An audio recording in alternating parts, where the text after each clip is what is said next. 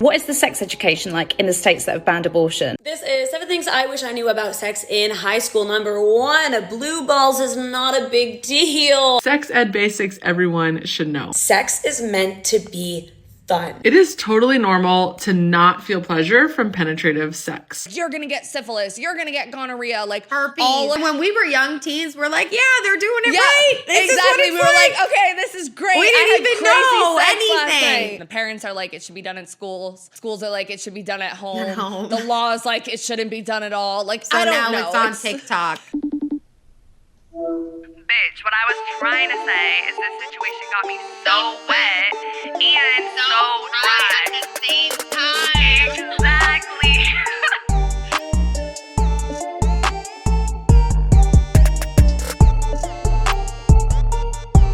What's up, bitches? Welcome back to another episode of So Wet, So Dry. I am one of your hosts, Autumn, like the season.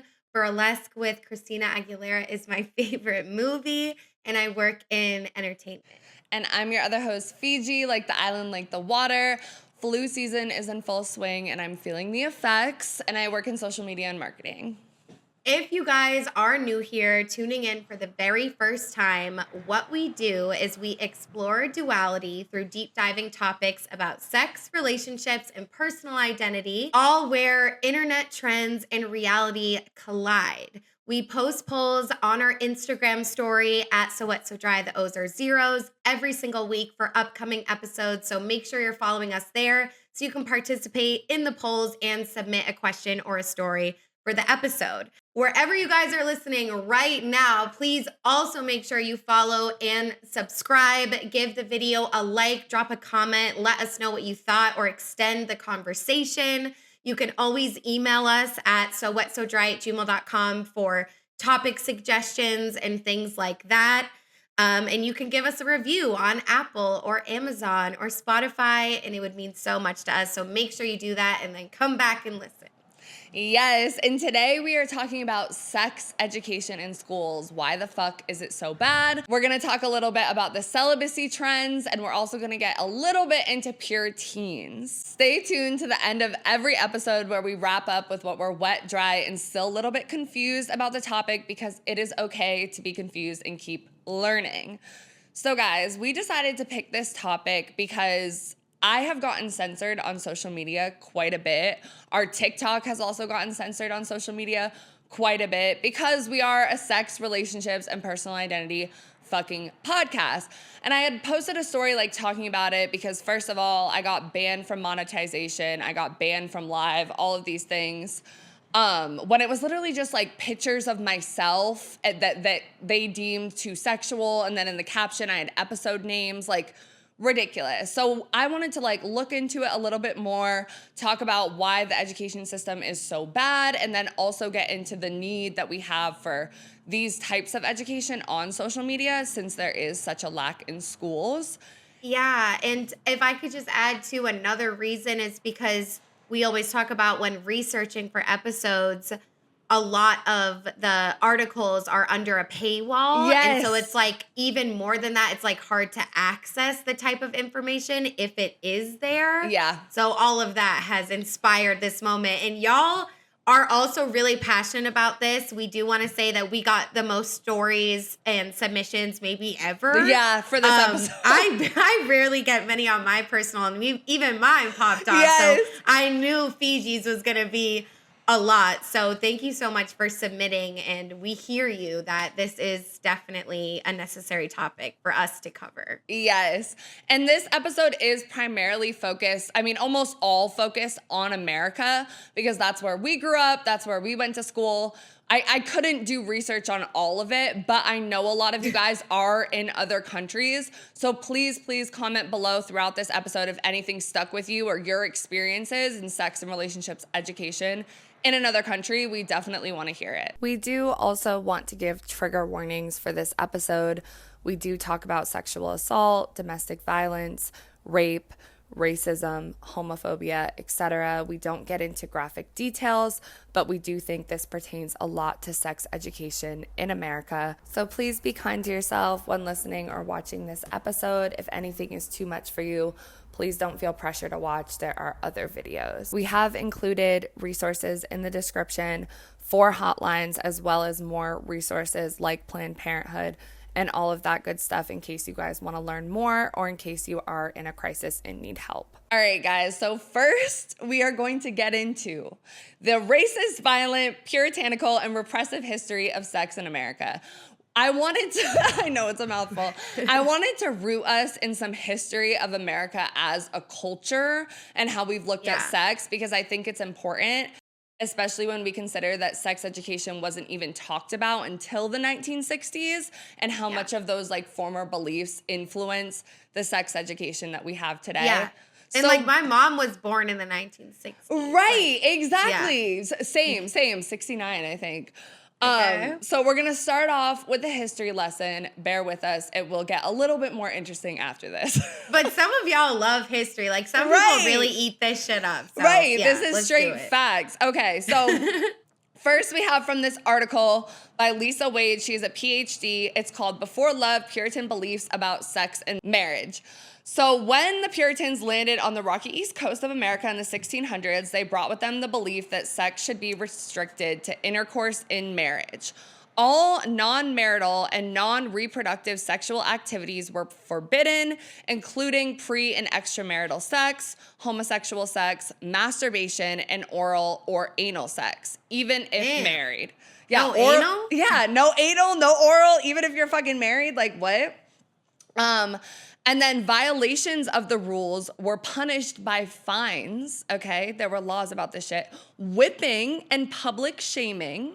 Mm-hmm. Remember Scarlet Letters? Yep, exactly.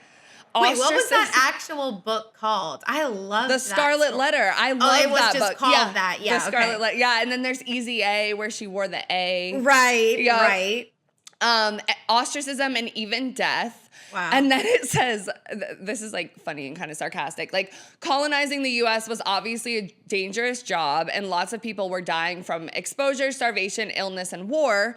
So babies replenished the labor supply, motivating the Puritans to channel the sex drive towards the one sexual activity that made babies, intercourse. So the only time it was like okay to really be sexual was when you were creating a new labor force, which is so fucked up. Right. And then having intercourse with your spouse wasn't only allowed, it was essential. Women could divorce men who had been proven impotent, which is interesting. Like, okay, we gave women a right, but only if men's like that's like patriarchal as well, because like, what is a man? His value only lies in his ability to like recreate.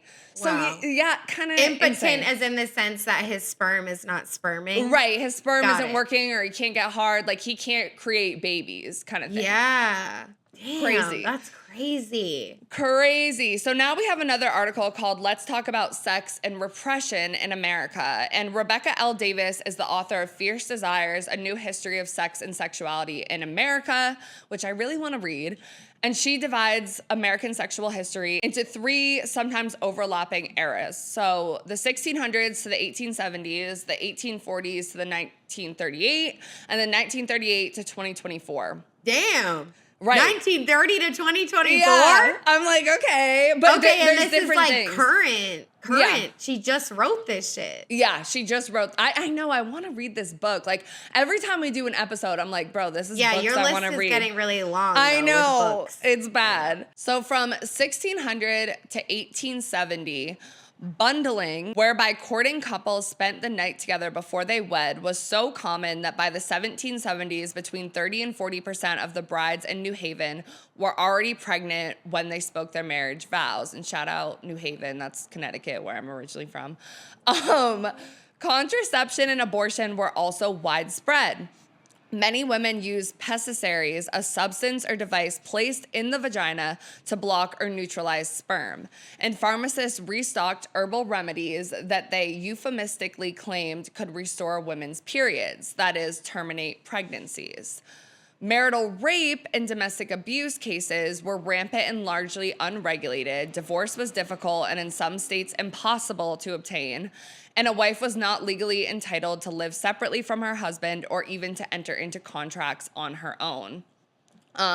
Sexual abuse was also one of the most pervasive and abdominal features of slavery. Sexual propriety was heavily racialized from the country's inception.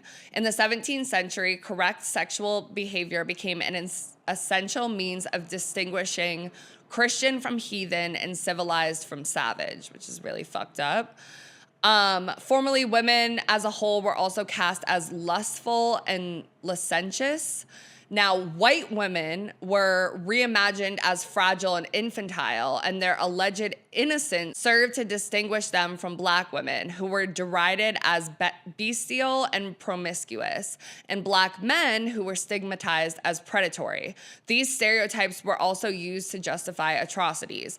For the next 2 centuries, black men suspected of seducing white women were beaten or lynched, and enslaved black women endured rape at the hands of their exploiters. So, this is the stuff that America is founded on. So when we get into sex education, I don't talk about it too much throughout this episode. We talk about how a lot of sex ed is homophobic, but we also have to think about sex ed being racist as well. Yeah. So then we move into the 1840s to 1938, and the anti-sex vigilante Anthony Cornstalk successfully campaigned for the passage of the Act of Suppression of Trade in and circulation of obscene literature and articles of immoral use, or as it is commonly known, the Cornstalk Act. The infamous policy outlawed interstate trade in erotica, a category that included contraception and abortifacient. So this also outlawed any literature that was pornographic or whatever that meant, because that's a wide books. range. Yeah. Exactly. As enforcement agencies and vice squads sprung up right and left, several prominent abortion providers found themselves at the receiving end of Is it Comstocks? I've been saying Comstock. Guys, it's Comstock, not Cornstalk. The M and the RN look so similar, but anyway. No, can we talk about that? Because the only thing separating is what you delete that one little line. That little line, and Cornstalk is so much more familiar. Anyway, Comstock.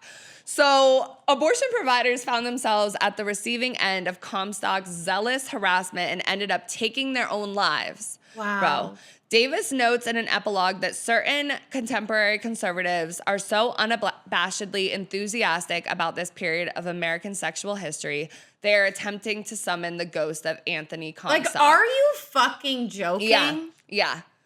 In that sentence, she's talking about currently with us banning abortion, which we're going to talk about a little bit and how that impacts. The parallels, and people wonder, and I'm guilty of this myself, how could this possibly happen? But it's we should have been I don't know, waiting for it to happen, predicting it, that it's gonna circle back to everything. And it's been, more hidden. That's what we talk about. The racism's more hidden. It's more hidden. But it's blatant. It's not hidden. It's really not hidden. I mean, it was literally written into laws. And we say all the time, history repeats itself, da-da-da. We're going through, a whole new era of literally the Comstock era. Now we just have technology, and it's but what else is fucking different? Because a woman, I think it was in Florida, a woman died recently from getting an abortion, but it was too late, or something happened because she didn't have access to an abortion. We're literally going through, exactly, we're going through these phases all over again. It's fucked up. So then we move on to 1938 to 2024. And speakeasies thrived in the Gilded Age, and in the late 1800s and early 1900s, queer desire flourished behind the scenes in secret societies, at drag balls in Harlem, and among female blues singers who performed in top hats and tails. Hot. So fun, right? In a later chapter on the politicization of abortion in the 1990s, when religious extremists staged violent attacks on abortion clinics and even killed providers. Davis insightfully observes that the members of the non-nascent anti-abortion movement were not single-issue voters because, quote, the abortion issue became a referendum on the sexual revolution, gay rights, and feminism. Abortion opponents described the procedure as an assault on the American family because they argued it untethered reproductive sex from marriage, women from men, and men from their responsibilities as family breadwinners. Abortion struck at their beliefs that the conventionally gendered heterosexual family held the nation together. So I just read a book about abortion, like all the laws and stuff since like, I think it was like the 1990s. And it talks about that as well. Like abortion is so closely tied to homophobia and anti-gay marriage and all of those things. Like feminism as well. Like it's all grouped together as an idea that's like ruining the American family, which is just and like. I don't want to go off topic already. We're only 10 minutes in, but I do want to ask you, like, in your experiences in like Catholic schools or like even Jewish schools or whatever, like, did they talk to you about abortion as children, or they just never brought it up? Because if you guys are listening, like, I didn't grow up religious. I have no religious background whatsoever. We went to Unitarian church on Christmas. That was about it. I was like in a queer youth group. Like that was so I'm like, the reason that Christian people, a lot of them don't like abortion is because it's not quote unquote God's plan. Like if a baby is a miracle, It's murder. like Mary was like, so it's like, that's so cruel. Okay. And Yeah. so did they talk to you about that? Honestly, like, and we're going to talk about this because someone I went to Catholic school with submitted a listener story and was like, Yikes. like Catholic school, as you know, had no sex education and it really should, which is another thing. Like there's I mean, maybe if you go to Catholic high school, which I didn't, they might have something, but where I went, they had nothing. Okay. So we didn't talk. It's so weird because at Catholic school, like we had religion class. I don't remember anything like specifically, but I do always remember knowing that like abortion was against the Catholic faith. And I do like, if I think really hard about it, I want to say that the way that I found out about what abortion is probably from religion class and Catholic school, because like they are very firm about their beliefs about certain things. And I think it's so weird because homosexuality, I mean, I growing up, I had like gay male role models in my life. So like I was always conscious of like, oh, it's okay, like that's fine. And like the teachers were weird about it because I think they also know like they're preaching so hard, like love everybody, like da-da-da-da. Like, so to say that is so counterproductive. And I think I remember like, because I think it was around the time it got legalized, like some of the teachers being like okay with it and some of them not. Because I remember watching in Catholic school when Obama was like inaugurated. So it was weird. Like it was like the undertone is like this is against Catholicism, but some of them were more progressive. Yeah. But if it was talked about, it was more like this is a taboo. It was not like, gay rights, abortion. Like it was not like that at all. And I do think the more progressive ones, like they do kind of just like go unnoticed in a sense, because you kind of think, well, no one is progressive because how could you be if you subscribe to that? So interesting. Okay. Yeah, they keep on. it to themselves. So, actually, I do remember one of my math teachers saying something like openly homophobic because some of the girls would like kiss each other and stuff. And she said something about that with God. But anyway. I remember one of my best friends in first grade, like she was Catholic or whatever, not the one that my best friend from high school, but someone else. And I was like, I remember like as a little girl in first grade, I said like, do you know that like Catholic people don't support gay marriage? Like I have 2 moms. And she was like, oh, I didn't know that. And I'm like in first grade, like I always knew. I literally thought like Christian, all this shit like equals they hate gay people. And that's the interesting thing That's too. what I thought. I remember when I went to public school, there were a good amount of people in my school who went to Catholic like church because it's like Italian, it's Irish, like there's a lot of Catholics there. But they went to like catechism or like CCD where they took like classes about that Yeah. type of stuff, but it was never like, I feel like there was a big difference in understanding religion and Catholicism and like views if you were in Yeah. school versus Yeah. if you just went to Sunday class or you went to church. Yeah. So it's like, it would, if my mom wasn't gay, it would have been me, because her mom sent her to Catholic school, blah, blah, blah, Catholic school. And then like when she came out, that's when she was like, no more. But I like Yeah. would have gone, like my grandmother used to be like, Jesus, Mary, and Joseph, like all through the house. like, bro, like, relax. Like, the Yeah, Holy like- Spirit. I was actually, I know we're on such a fucking tangent right I now, know, but sorry, like, it's my fault. But last thing, I was actually on TikTok today, and I wish I remember what it was called, guys. Like, I'm not gonna look it up right now because it's on my phone and I'm recording on my phone.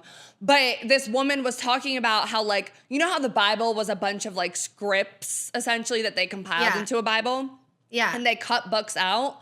All Uh-huh. the books that they cut out were like about women and Oh. positioning women as equal and like praising them and stuff like that. And they were saying that's how we get like Jesus, God, and the Holy Spirit, which is a huge thing in Catholicism, which makes no sense, I right? don't Because like understand Mother those three Mary, things. like God, like there's no woman anywhere. You have a fucking imaginary friend spirit that's like a flame instead of having a woman be in the top three. Like it's just, anyway. I know. It's giving non-binary. Maybe, Maybe, actually, but I wish they were that progressive. Anyway, moving on, we have the Kinsey reports from 1948 to 1953, which were studies based on interviews with thousands of American men and women. Published in these enormously influential documents showed that both same-sex dalliances and premarital sex were quite common. 50% of the women surveyed said they'd engage in coitus before marriage. And per Davis, quote, the researchers calculated that 37% of American men had at least one sexual contact with another man that resulted in an orgasm. And then, then came feminism, and on its heels, the development of sex education curriculums, which conservative Christians argued were, quote, communists, taught their children to be gay, sexualized from a very young age, exposed youth to pornography, and contributed to rising teen pregnancy rates. And then they wrap up this whole article saying there's nothing more American than repression, prudishness, and bigotry. So Like, cool. like, cool. bro, the religious undertones, the homophobia, the fucking racism, the sexism, like everything that's going on here is setting the grounds for like the very little sex education that we do get in America. So that's what we're going to get into next. So this article is from Planned Parenthood, which is a great resource and obviously does a lot for, you know, making sure abortions are still okay in sex shout ed out in America. Planned fucking Parenthood. Yes. Okay, so the article says until the 1960s and 70s, the goals of social hygiene and moral purity activists eclipsed broader sexual health concerns in the public health arena. Their narrow goals were to prevent sexually transmitted infections, stamp out masturbation and prostitution, and limit sexual expression to marriage. From the 60s on, support for sex ed in schools began to gain widespread support. However, beginning in the 80s, a debate began in the US between a more comprehensive approach to sex education, which provided information about sexual health, including information about contraception and abstinence-only programs. Education about sex and sexuality in U.S. schools progressed in these two divergent directions. The former was based on the belief that medically accurate and comprehensive information about sexual health would decrease risk-taking behaviors among young people. The latter was based on the erroneous belief that medically accurate, comprehensive information would increase risk-taking behaviors among young people. There is now significant evidence that a comprehensive approach to sex ed promotes sexual health among young people by reducing sexual risk-taking behavior. The abstinence-only approach has not shown these results. In 1981, Congress passed the Adolescent Family Life Act, AFLA, also known as the Chastity Law. It funded educational programs to, quote, promote self-discipline and other prudent approaches to adolescent sex or chastity education. Federal funds were developed by churches and religious conservatives nationwide. The American Civil Liberties Union, ACLU, challenged AFLA in court, calling it a Trojan horse that smuggled the doctrines of the Christian right, particularly its opposition to abortion, to public school children at public expense, in violation of the principle of separation of church and state. 12 years later, the U.S. Supreme Court held that federally funded programs must delete direct references to religion. Such programs could no longer, for example, suggest that students, quote, take Christ on a date as a chaperone. Bro, are you By that time, however, some of the biggest federal grant recipients, including Sex, Respect, and Teen Aid, had already had success in getting schools to adopt their programs. In 1996, Congress attached a provision to welfare legislation that established a federal program to exclusively fund abstinence-only programs. Since the inception of the abstinence-only movement, more than $1.5 billion has been spent on programs whose only purpose is to teach the social, psychological, and health benefits that might be gained by abstaining from sexual activity. Bro, it's insane. And it's like literally, okay, church and state are supposed to legally be separated, but they're obviously not. I mean, this shit was built on Christian, puritanical values, like all of that stuff. And like we see it moving in those two camps, right? Where people are like, okay, this will decrease risky sexual behavior. And people are like, okay, no, it's going to increase it and expose the youth to the option of abortion, homosexuality, whatever. And also the chastity stuff and the abstinence also makes me think of like, I watched a couple YouTube videos talking about Disney Channel and the whole purity ring era. Like, do you remember, like, Disney encouraged all of them, like the Jonas Brothers, like Miley Cyrus, Demi Lovato, like all of them to wear a purity ring. And they were like, they would talk about it in interviews and stuff. And then also teen pregnancy was a big topic, like 16 and pregnant, like all of that when we were growing up. Like, it was very... Like Jamie Lynn Spears. Like, that was, like, the biggest fucking thing to ever happen. And I remember just, like, feeling so sad when I heard the news. Like, it was like a horrible thing. And it's not a horrible thing. Yeah, because you think, and it's like the idea of like babies having babies and like, you know, missing out on the rest of your life because you get pregnant and all of that stuff. It's like, in some senses, it is sad when like women get pregnant younger and don't have the resources and then like have to go back and get their GED and all of that stuff. But like, it is still like, it's not the end of the fucking world. And they were over exaggerating as fuck the rates to which teens were getting pregnant. Yeah. So it's like, all of it was like kind of a media ploy to just be like, oh, this is the reason why we should move back to more of the Christian right and not promote this type of stuff. But it's like, no, because no one had the skills. And it's like the most basic thing about teenagers is like they do the opposite of what you tell them. Right. So it's like, that's like, everyone knows that. Like, that's how it feels to be one. Like, you do want to rebel because like you're finally old enough to have some agency, like not a lot. Yeah. But yeah, our culture loves to watch teen pregnancy unfold. Oh, yeah. Like, look at Teen Mom. Like, Teen it's like Mom, a whole 16 fucking and thing. Pregnant, Secret Life of the American Teenager. Like, there was so many shows. I love that show. Me too. I love like, that fucking show. Like, yeah. But it reminds me of also like, because think about it, like the sex ed, and we're gonna talk about our experiences with sex ed, but like it was not good, and it was not like, okay, like this is your body, this is fine, like this is whatever. It was very much like, you're gonna get syphilis, you're gonna get gonorrhea, like herpes, all of that stuff.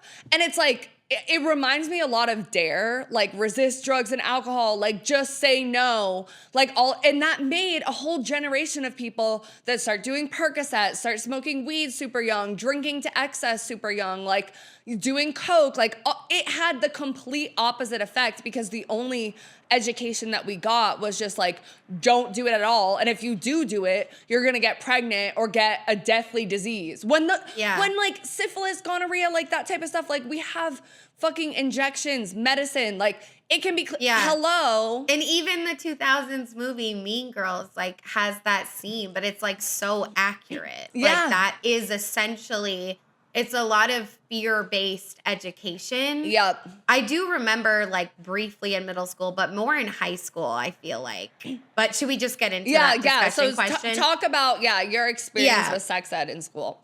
I mean, it's like, I know, it's like the period talk happened when we were in 5th grade. Like, we all went in there. Oh, really? I don't remember shit. 5th grade? Oh, Yeah. wow. Okay. I I have was to in hear- Catholic school still, so that probably It's did it. different. Yeah, I went to a public school in a town in Massachusetts for anyone that cares. I mean, I guess that's like a little bit of context. Like, I didn't live in Iowa or some shit. Yeah. And like there was a lot of options like for elementary school, and I did go to the most liberal leaning school. Like, it was That's still good. bad, but like my school had the most like representation out of any school. Good. Even though it was still low. So we had that, I guess, but yeah, I don't really remember that. Middle school, don't really remember shit. I remember just like laughing and feeling awkward. But I remember high school health class was a lot about how like babies are made. Like, it's just like, this is how the sperm, like, it's about that. Like, you learn about the biology.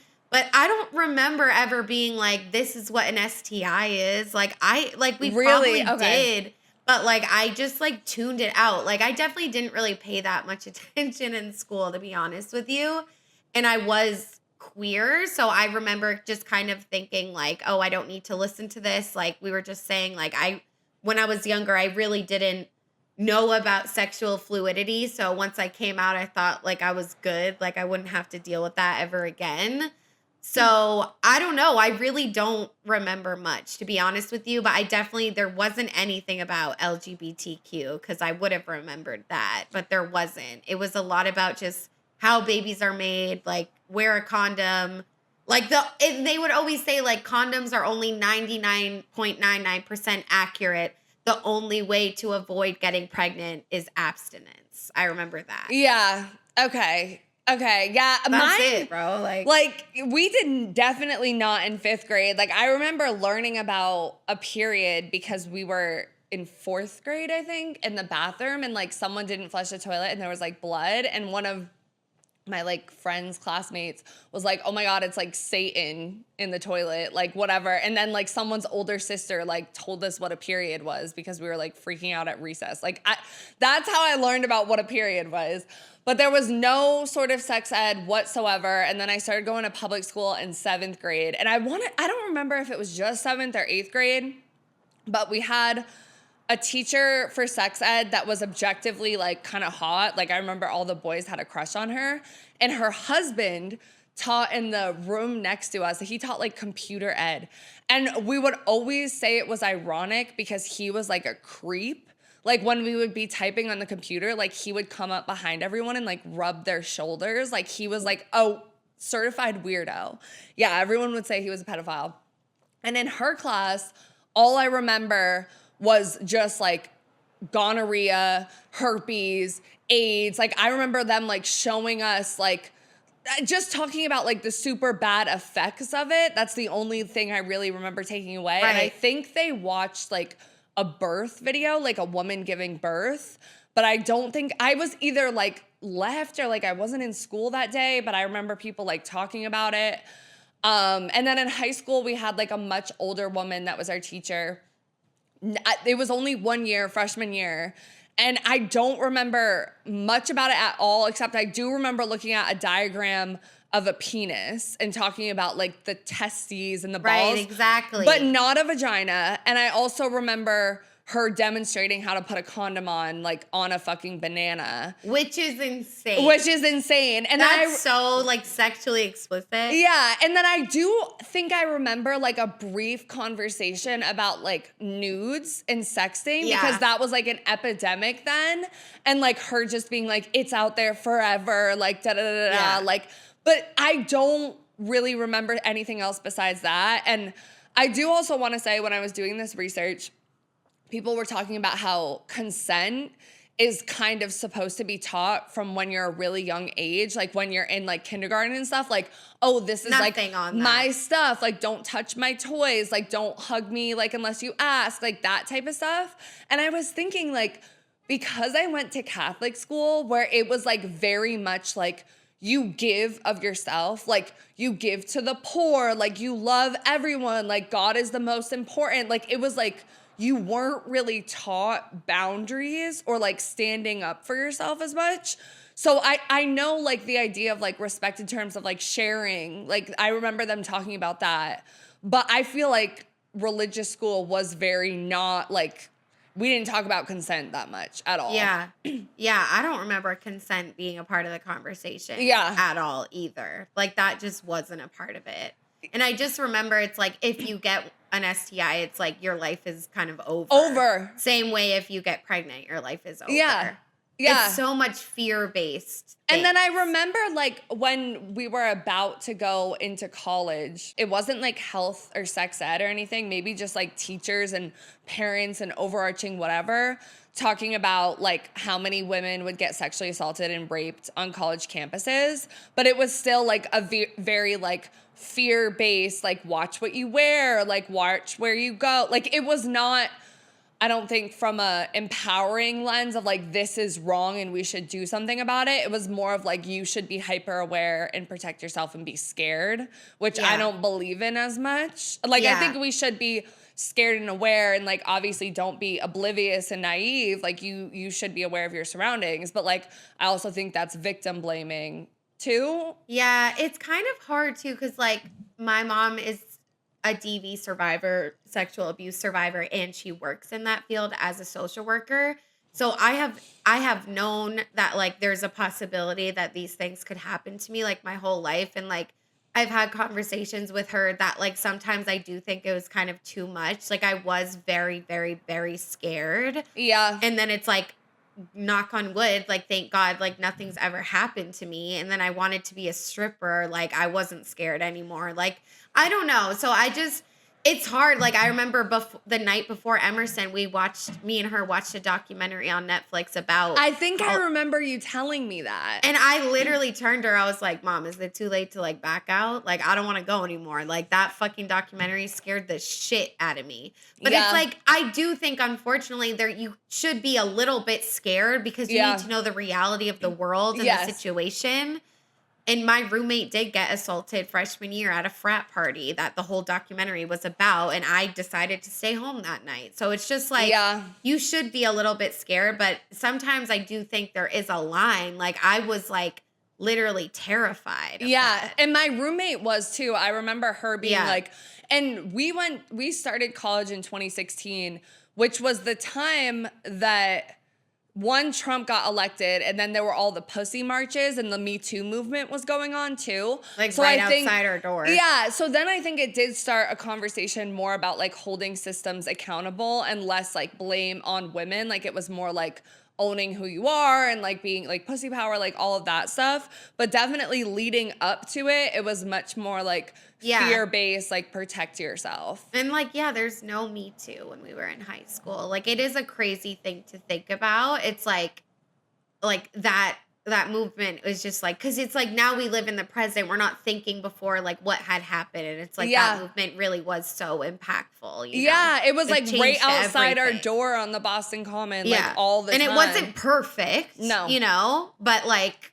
it did have an impact. And like I do also remember all of that stuff, the like be aware of your surroundings, like college rape, college sexual assault, all of that stuff was only taught to women. It wasn't like, oh, boys don't do this. It was just like girls be scared. Right. And that's whatever. Part of and that was the biggest problem. Part of the issue as well. Yeah. We asked y'all essentially the same question. Do you think you had good sex ed in school? And only 12% said yes.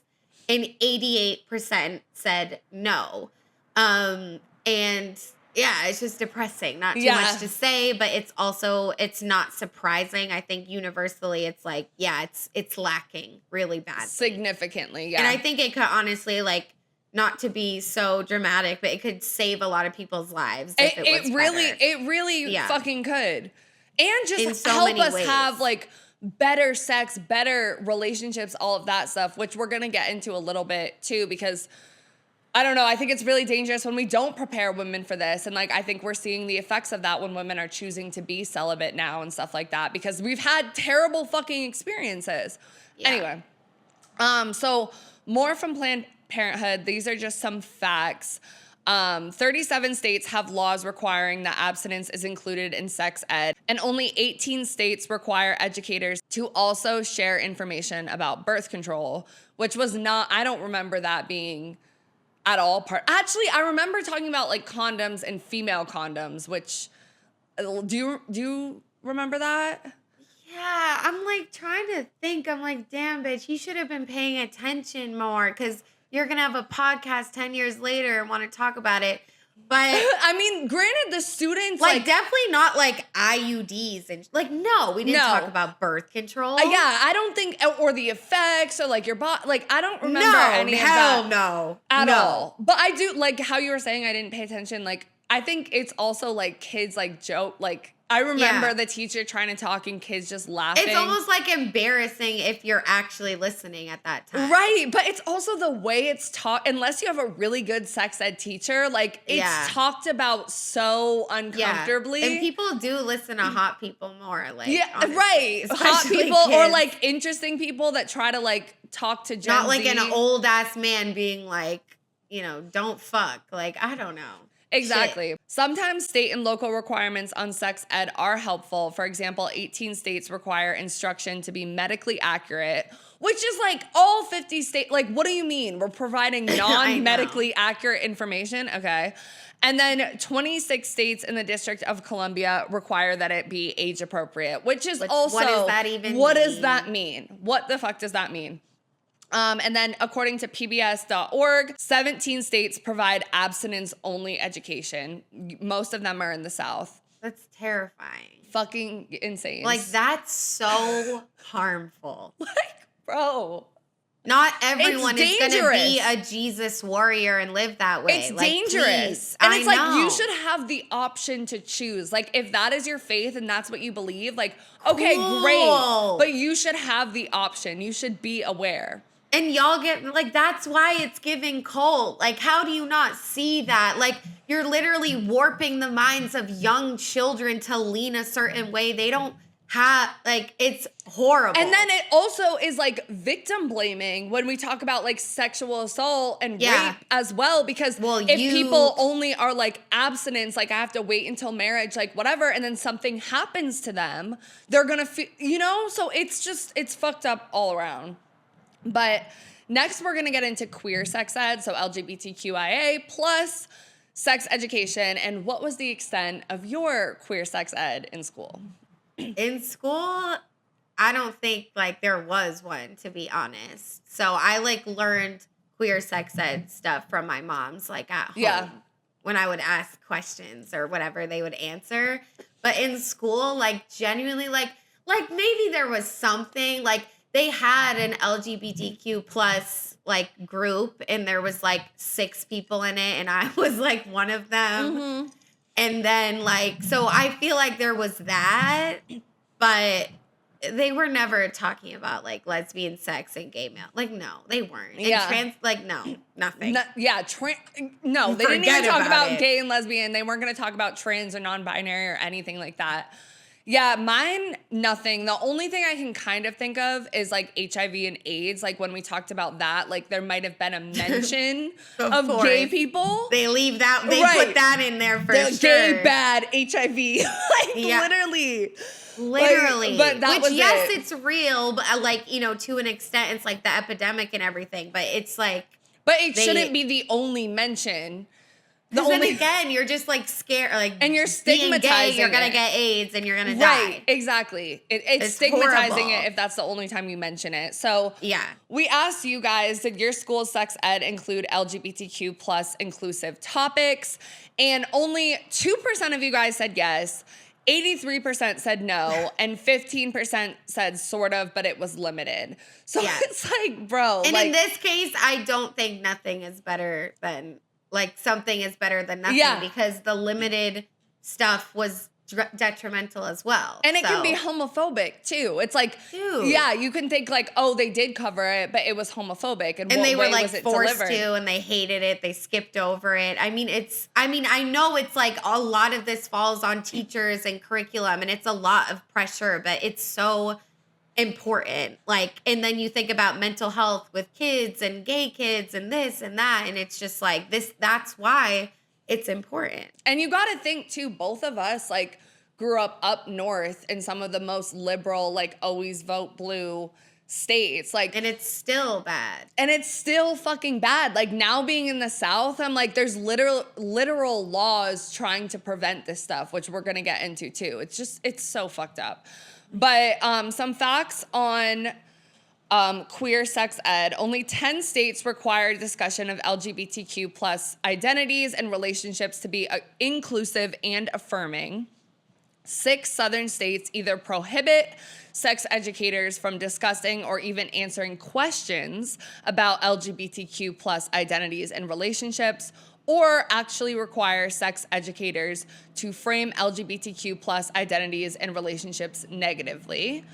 39 states and the District of Columbia require that HIV and or sex education is covered in school. So like I said, like it makes more sense for HIV and AIDS to be covered, but usually that's the only mention. Yeah.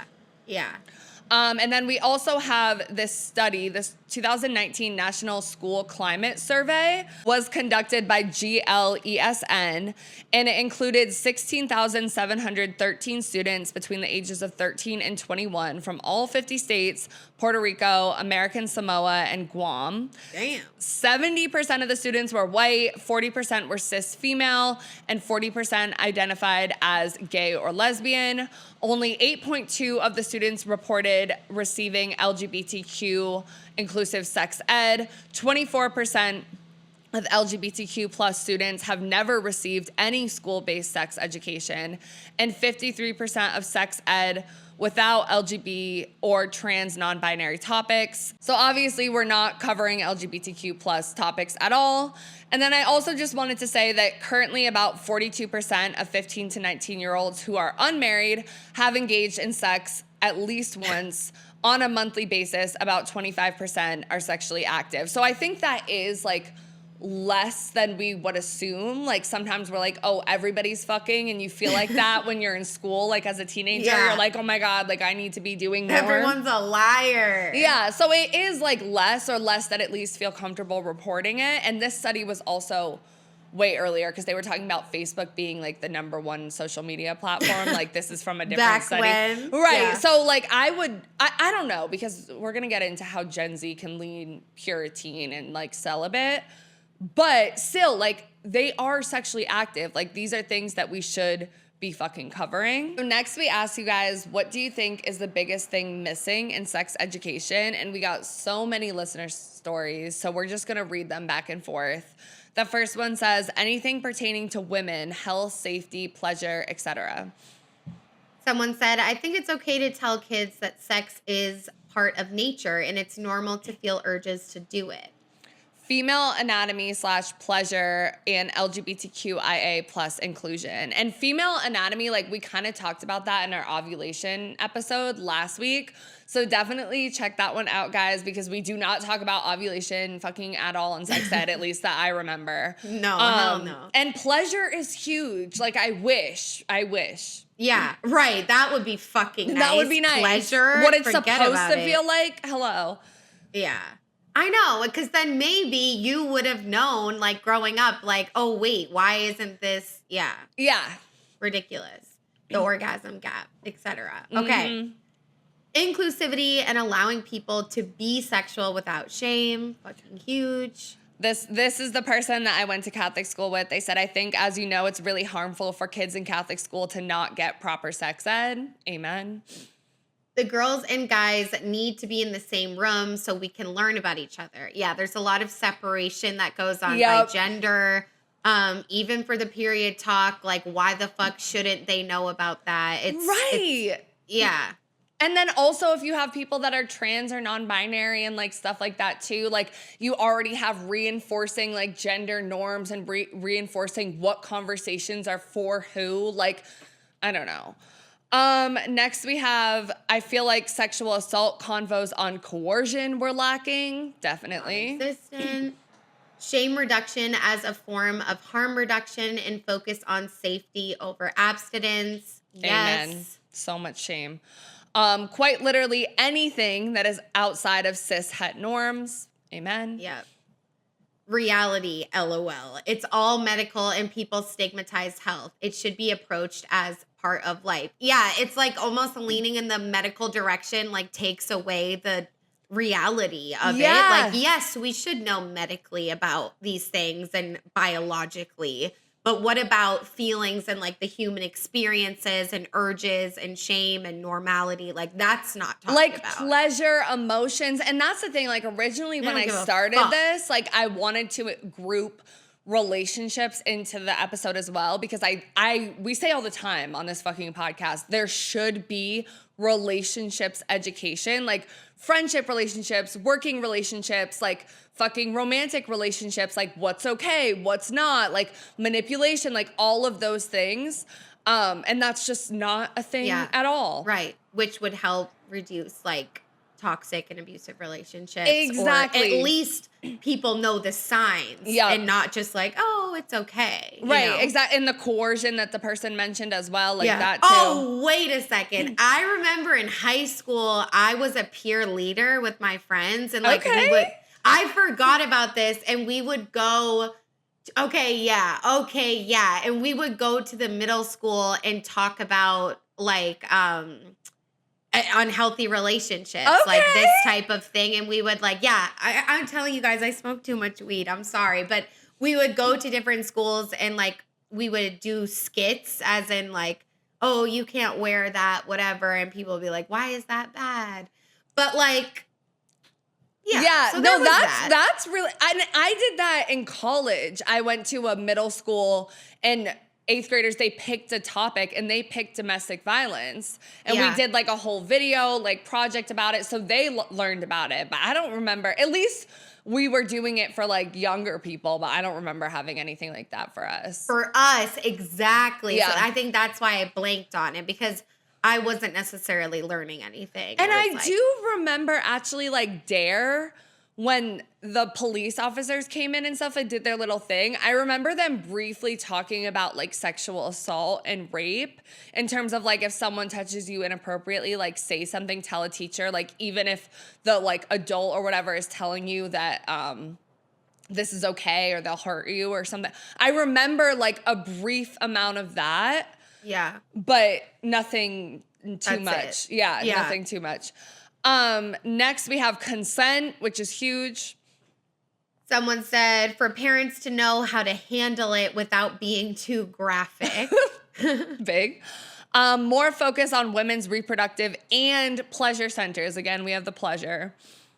Common misconceptions in the true meaning of consent. Period.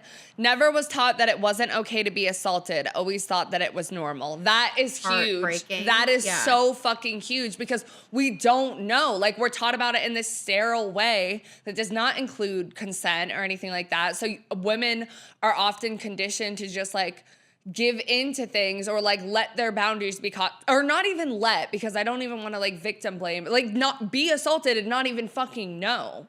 Yeah, exactly. You know? And be like, oh no, but, and like you're it's almost like your brain won't even let you go there because it's like, oh, well, I didn't say no or I didn't do anything. Exactly. Which is like called fawning, like in the Law and Order space. It's like when you kind of just lay there and disassociate and like think that you wanted and it. that's a fear response, like fight, flight, or fawning. Exactly. Yeah. Exactly, bro. It's just because I'm watching Law and Order SVU right now, guys. So I love that show. It's and so I know it's a dramatization. Dramatize it, yeah. Yeah. And I know it's not like real, but like it is like they do have real cases in there that would exist in the real world. Yeah. And like it's true that it's like someone's getting assaulted every like 4 minutes yes. or whatever it is. So it does have some assets. But anyways, this last one says, my high school teacher called on me to teach the class because she said I knew more or something about the split attraction model and being ace/arrow. which is like asexuality versus being aromantic. aromantic. And like the differences between like you could be bisexual, but like straight romantic vibe. Yeah. And I didn't know about this. Like, you know, the split attraction model, because I literally had to look it up. Yeah. No. So that's essentially what you said. So according to the split attraction model, how someone experiences attraction can be split into categories. For some people, romantic and sexual attraction are distinctly different experiences. The split attraction model recognizes that sexual and romantic orientations are not the same for some people. This paradigm recognizes that people can experience sexual and romantic attraction differently, which is really interesting. Yeah. I tried to convince myself that I was bisexual, but like only romantically attracted to women. I tried to convince myself of that for a really long time. Don't think it's true. Yeah. But it would be a great You situation. were exploring it. Like, I it was exploring a thought. it. I was exploring it, bro. Exactly. But no, it's really interesting, and they definitely don't teach you about sexual attraction versus romantic attraction. It's like we, don't even know that much about it now. It's like that's still something that's very, even with TikTok and all these fucking things. They don't even talk about romantic attraction or anything like that, or really sexual attraction and like what that is. It's just like very like sex is this, like penis and vagina. Yeah. But you assume sex and romance always goes together, but it doesn't. Exactly, it doesn't. Like, there is no casual sex, like whatever, like that type of thing. Yeah. Masturbation even. Nothing about that. Like, I mean, maybe alluded to that boys do it, but definitely not like girls. Definitely. Like, what the that fuck? was so fucking taboo. Like, that was like, ew, like, no, like girls. I didn't even know girls could do that. I know girls way to later. this age that have never done it. And have never orgasmed too. I mean, not everyone can, but it's like some people have not like explored it because they just, are like uncomfortable with their body. Yeah. But I also want to say, like, I think it's good that your teacher, one, it's bad that your teacher didn't know what that was. I'm kind of ashamed that I don't know what that is at first before looking it up, but it's good that your teacher at least recognized that you're more like knowledgeable in that area and gave you the floor to educate the class. Yeah. Because but it's also... But it's also like because so many of the laws and stuff literally prevent teachers from like answering questions or talking about LGBTQ plus issues at all. So in another school district, that might not be allowed. But like you're probably gonna say, it's still the bare minimum. It's the bare minimum. I was gonna say it's like it shouldn't necessarily fall on your back though, because you're seen as different and you're gonna know more. Right. So, but it's also like, yes, like it just depends on the person. Like some people would love to go up in front of the class and talk about it, but what if this person was shy and that's actually like horrifying? Or was like bullied after or something. Like it's much more authoritative coming from the teacher versus being like, oh, this one student that like has a different experience has, like it would be better. Yeah. So now we're going to get into sex education bills and laws in America. Does this bill prohibit conversations about menstrual cycles? Because we know that typically the ages is between 10 and 15. So if little girls experience their menstrual cycle in 5th grade or 4th grade, will that prohibit conversations from them since they are in the grade lower than 6th grade? You're recognized. Thank you, Madam Chair. It would. And so far this year in 2024, at least... I'm so ignorant on this, I was going to say. I know. I had to do my own research too because I was like, wait, what? I don't even know what's going on. But it's important to know, guys. This is real. This is why the election matters. Like, this is important fucking shit. So at least 135 bills pertaining to sexual education have been introduced or are in place nationally, a majority of which would place restrictions on sexual education in public schools. That's according to an analysis by the nonprofit organization Sexuality Information and Education Council of the United States. And then I found this article from CNN that talks about this report. And so 2024 is a record year for sex education bills. And I'm going to put this graphic on the screen, guys. The pink squares are restrictive bills. The green squares are comprehensive bills, and the orange squares are neutral or mixed impact bills. So as you can see, the green is up from last year, which was like a record-breaking low for comprehensive bills.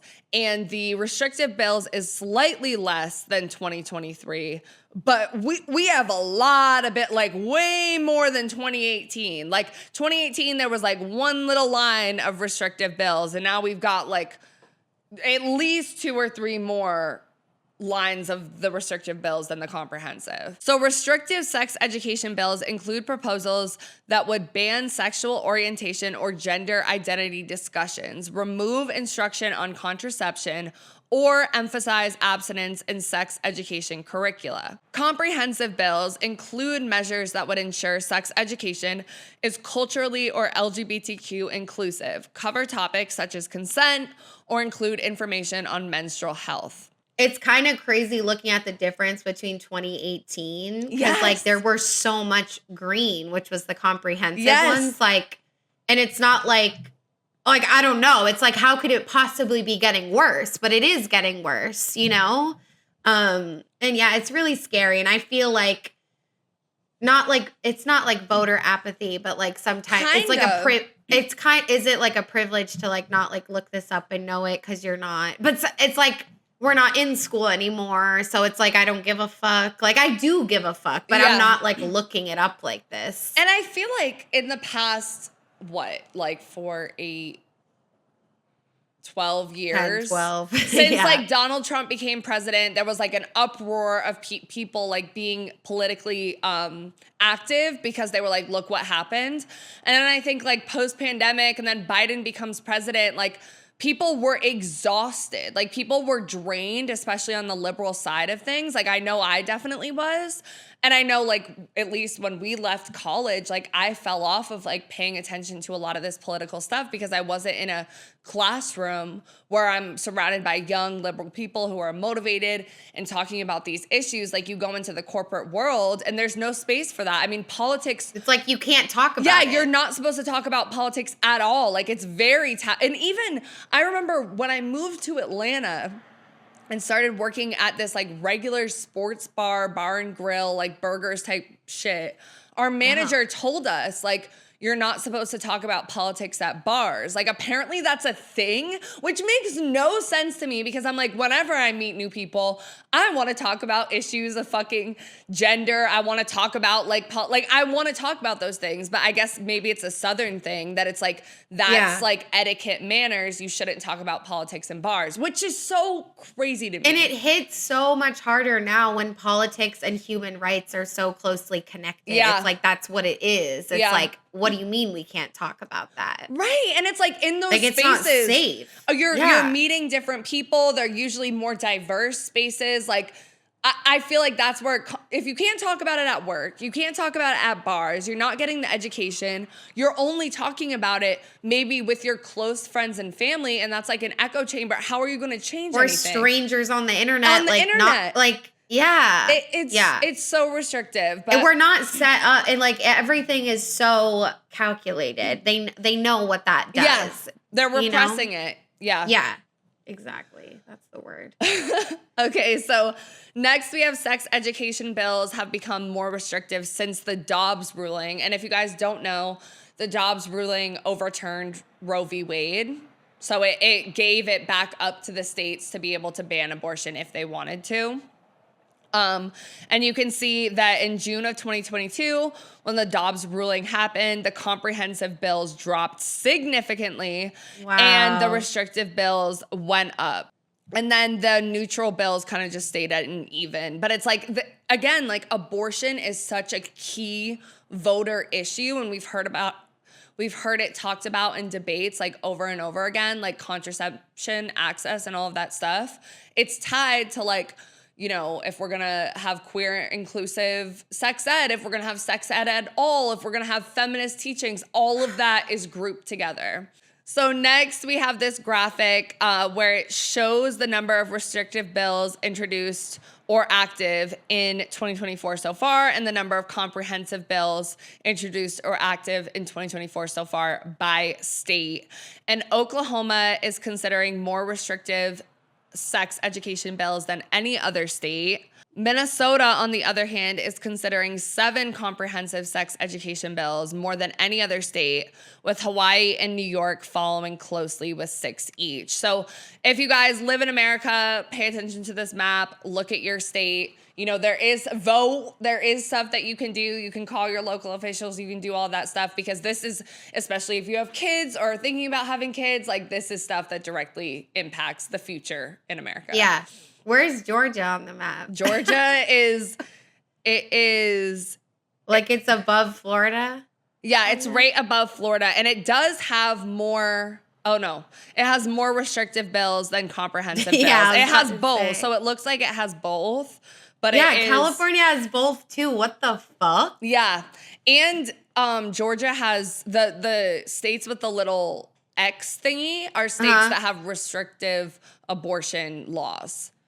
So, you know, obviously Georgia does. You've got pretty much the entire South. Like Tennessee, like South and North Carolina, those little bitches. Yeah, you've got all Florida, you've got Louisiana, Tennessee, South Carolina. Yeah. See you later. Yeah, bye. And it is good for us to educate ourselves and look at, you know, the map of where you live and see what state is what and what laws are what. Like, it is really important to know that. And it's also gives you perspective, like, if you travel to that place, like, what to expect and, like, where you're safe and where you're not safe. Like, it's really important for us to do that, even though it's, like, painful. And I feel like as an American, no one's really, I mean, there are people proud, but it's like, I'm not proud to be one necessarily. And then it's like, okay, well, you're 26, why don't you move? It's like, well, it's hard. In a lot of places I'd want to move to, I don't know the language. It's not just like an easy thing to do. Right.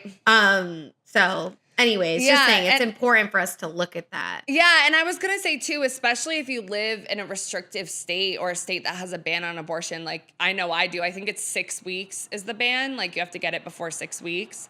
Or maybe it's 12, but I think it's 6.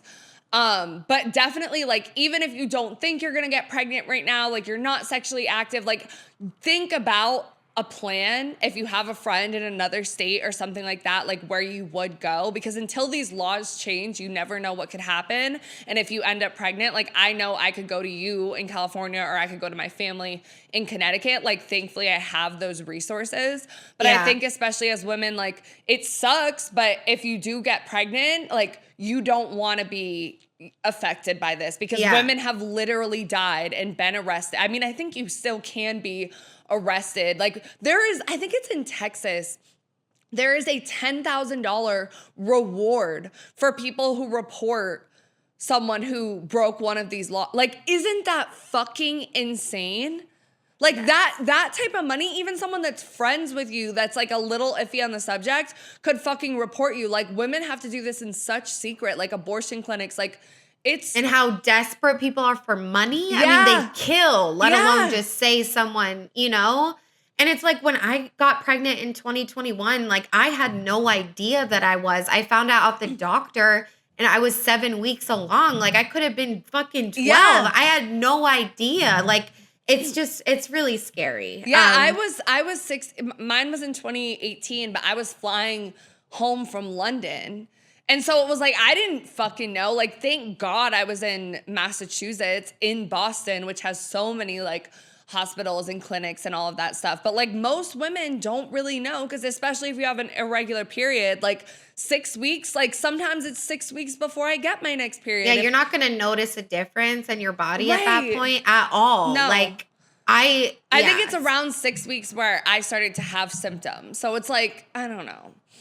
I don't even remember. Like, bro, that's actually so crazy. But now we're going to talk about the impact of these bills. So we found this article from PBS, and it's called "Sex Education is Under Attack by a Wave of Proposed Legislation, Advocate Warns." So Sarah C. Flowers, VP of Education at Planned Parenthood Federation of America, she says, it's really important for parents to understand that in the U.S., there is no law or national program that dictates if sex ed is going to be taught in schools and how sex ed was going to be taught in schools. We have a patchwork of sex education laws and policies across the country. So instead, decisions about sex education are left up to states and school districts. This means the quality of sex education, including the curriculum, who is teaching, and whether or not it's medically accurate, as well as whether or not you receive it at all of that depends on where you live and who makes decisions about sex ed in your area or school districts. Sex education is under attack, and it is under attack by the same groups that are trying to ban books, stop trans youth from being able to play sports or use the bathroom that they need, and the same groups that are trying to ban teaching accurate history. The bans are all connected, and which tells us that these groups are actually working to exert power and control over our kids. They are not trying to keep kids safe and healthy. And it's just so crazy. It's like what we were saying at the beginning about religious schools, and it's like ingraining all these things into kids. It's like so dangerous because you're at the most impressionable point that you're ever going to be at your life. And it's almost like unchangeable, like to some people, depending on how bad of the bubble that you're in. The shame and the ways it leaks It's like into no your one subconscious. cares about humanity. Yeah. Like no one cares who that little girl or little boy or little person is going to grow up to be. They just want to shape them now to, it's like, okay. Yeah. Reading more. Parents can do something about these bans. You can start by finding out what's currently taught in your kid's school.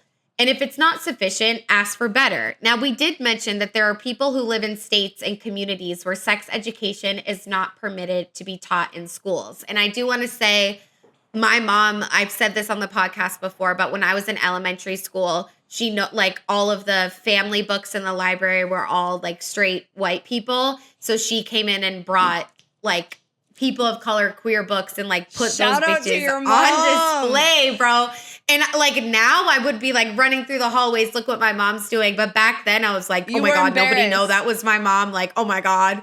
Like my family is now on display in the library. Because it was like the general like culture to be like, oh no, that's taboo. Like you shouldn't do that. Like when gay was thrown around as an insult, like all the time. Exactly, dude. Do you remember that like iconic like Lizzie McGuire commercial where it's like, don't say that so gay? Yeah. Like something. Yeah, that was revolutionary. But yeah, this is so important. And it's just like emphasis on these groups are trying to exert power and control, not keep kids safe and healthy.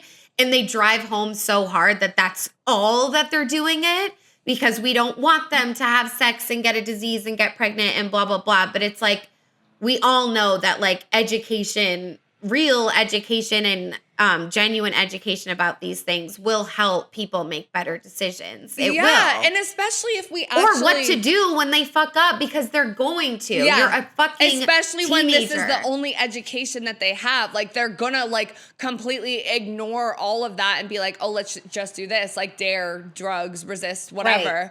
But another thing I want to say is like throughout all of this, you get like consistent just moral panics and like fear-based shit like we've been talking about. And that's why I wanted to bring in like the puritanical stuff in the beginning, because the Puritans were so against pleasure in any form.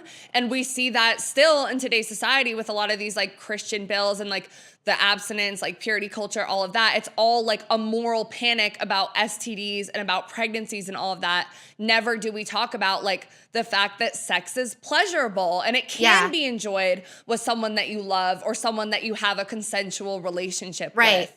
Like no, sex is just about procreation and making babies and having them be Christian too. Like that's all. And that's the only reason you do it. Like at the beginning when the Puritans, the labor force. Yeah. And it's that's like capitalistic.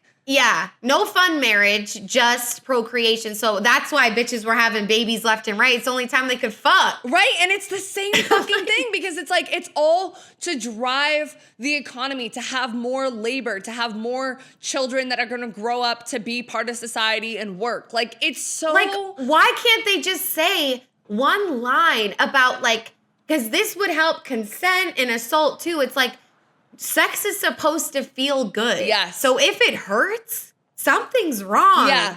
Okay? I think that's okay to fucking say, is it not? Like, Right. Even if it hurts, as long as the baby comes out fine, like, no. Like, no. And I And hope- not hurts, but like you're being assaulted. Like it's not enjoyable. Yeah. Yeah. And I was just going to say too, because I know like both of us are 26 and a lot of like our followers, besides on the So Wet, So Dry account, which I think is like maybe a little bit younger, more diverse, like I want to know what it's like if you are Gen Z or Gen Alpha or whatever, and you're watching this and you're learning about sex ed now or more recently, because I want to know how it's been affected since the Trump administration and since it's been like, you know, there's been a surge of more liberal people on social media and all of that stuff. Like, has it changed? Let us know.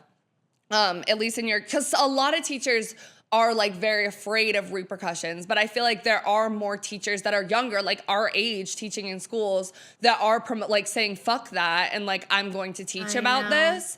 Yeah. You know? So And then you have like TikTok like accounts of like mothers and daughters being like, if someone touches, like, did anyone touch you here? Like, whatever. It's like, I do think, and I know like what we're about to get into is family. It's like it is evolving a little bit, but it's like, it's not translating to the school system at all. Yeah, no. You know, because it's like anyone can go to public school. So and it's the like school system is so slow to adapt. Like my mom was a teacher, like she just retired, but like they don't get new textbooks. I mean, funding, I remember when I was in high school, like they could never get fucking funding for anything. Like the tennis team was cut, the journalism, I started a school newspaper in my fucking high school. I know, like nerd. Okay, bitch. Right, but like, because journalism classes were cut and I was interested in English and literature, so I would literally stay after school, like before soccer practice, and like do a school newspaper. Then you would go to soccer? Yeah. You never left. Or do it after soccer practice. Yeah, it was fucking insane. But like literally, like in journalism, think about how important that is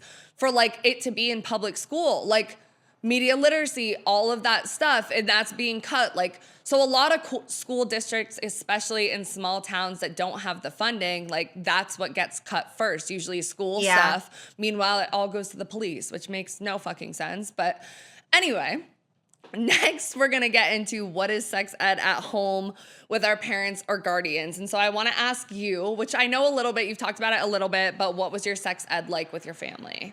It was definitely good. I always kind of look at it like it was just the most privileged version of it. But like as to specific examples, like I don't really know. Like I said, my mom is a survivor of like a lot of different times of abuse. So I do remember like being a little girl, for example, it's like I would always say the word vagina and like giggle. And she would tell me like, you know, what's so funny? Like it's okay like to laugh. Yeah. But like at the end of the day, like don't be like ashamed of that word. Like she really wanted to like me to feel empowerment with the vagina thing.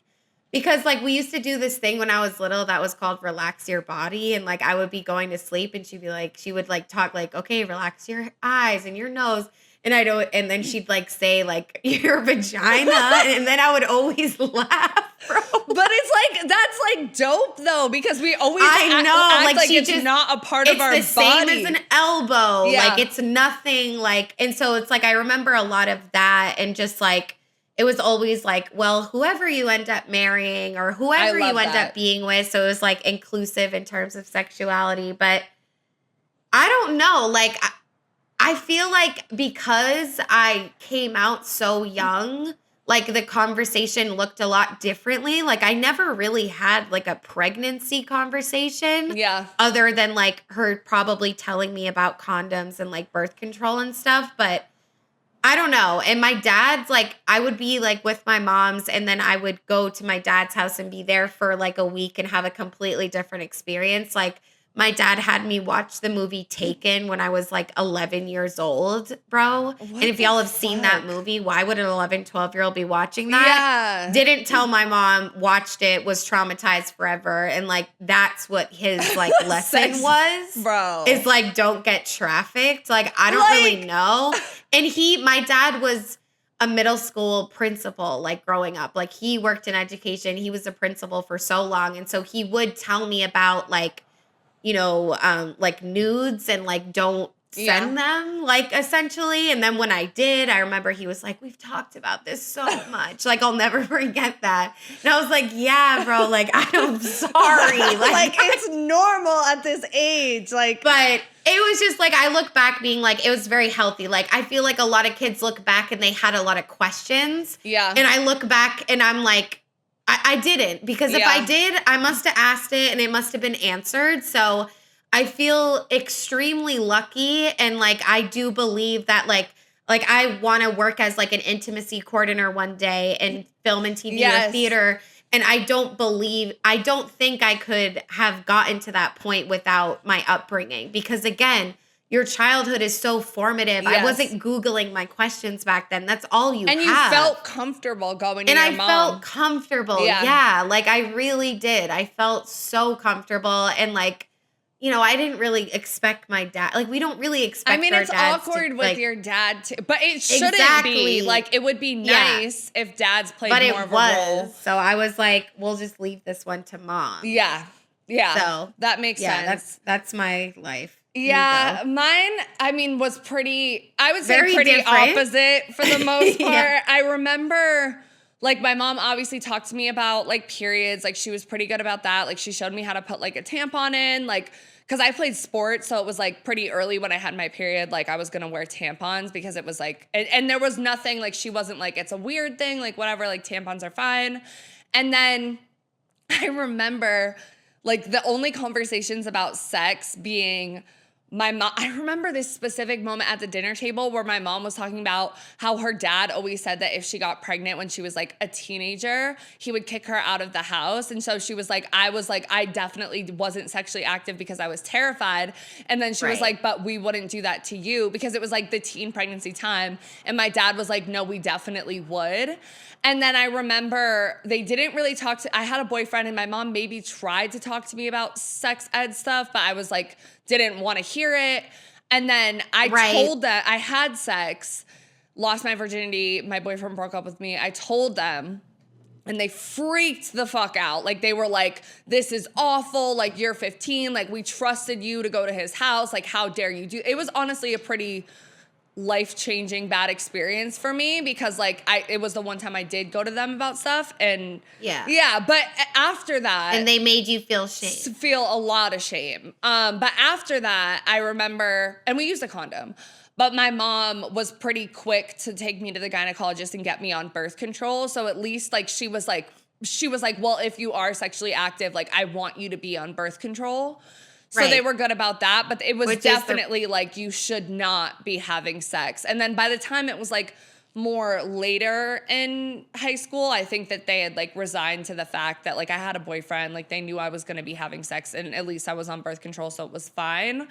And the only other thing I can think of, which we talked about in last week's episode, was the Body Book by American Girl, which I'm going to put on the screen. And then also like 17 magazine, which I'm also going to put on the screen. Like that, there was like conversations about like kissing and like this type of stuff. But it was like all, MTV, like Jersey Shore. Yeah, but it was all very like male centered. But my mom would, like, I had a subscription to 17 magazine, and like she tried to go over the Body Book, but I was not trying to hear it. Like, Yeah, the last thing I want to say that I actually thought of, like, with the whole teen pregnancy thing, like, my non-birth mom's sister was 16 and pregnant, and she moved in with our family at the time. Yeah. So I feel like it did kind of shape me in being like, you know, her life isn't over, because, like, she has family and, like, people that love her that were, like, willing to help. And when she had the baby, they put her in a program, and she just, like,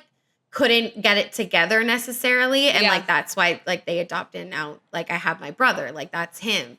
But it's like, I was like, well, her life isn't over. Like she did have a chance. And like, unfortunately, it's like, she was just too young. Like she didn't want to like, you know, do that. And it's okay. And like, she still has an amazing relationship with him. That's always going to be his mom. So and I was like literally like 6, 7 years old. So I was so young. Yeah, you were exposed to it. But I do like remember they definitely sat me down at some point, like talking about why that was like a thing. Yeah.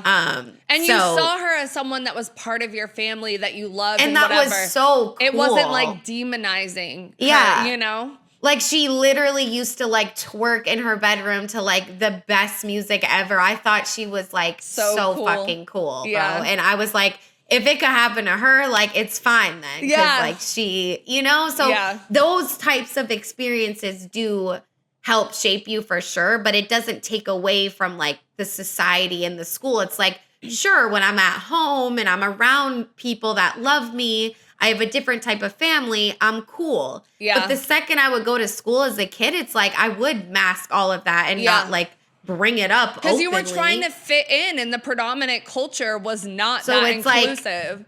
Yeah. So it's just so weird that it's like I can't even imagine. It's like you go home and you don't have that. Like, you don't have that space. And like my sister's mother was different from my mom. It's like everyone had a different experience. Yeah. So I don't know. It's crazy. It's insane. Yeah. But next we asked you guys, do you think you had good sex ed from your family? And majorly, that's not a word. And most of you guys said no at 84%, and only 16 of you guys said yes. And I would say, like, I said no. Like, for the most part, it was no for me. Yeah. I said yes.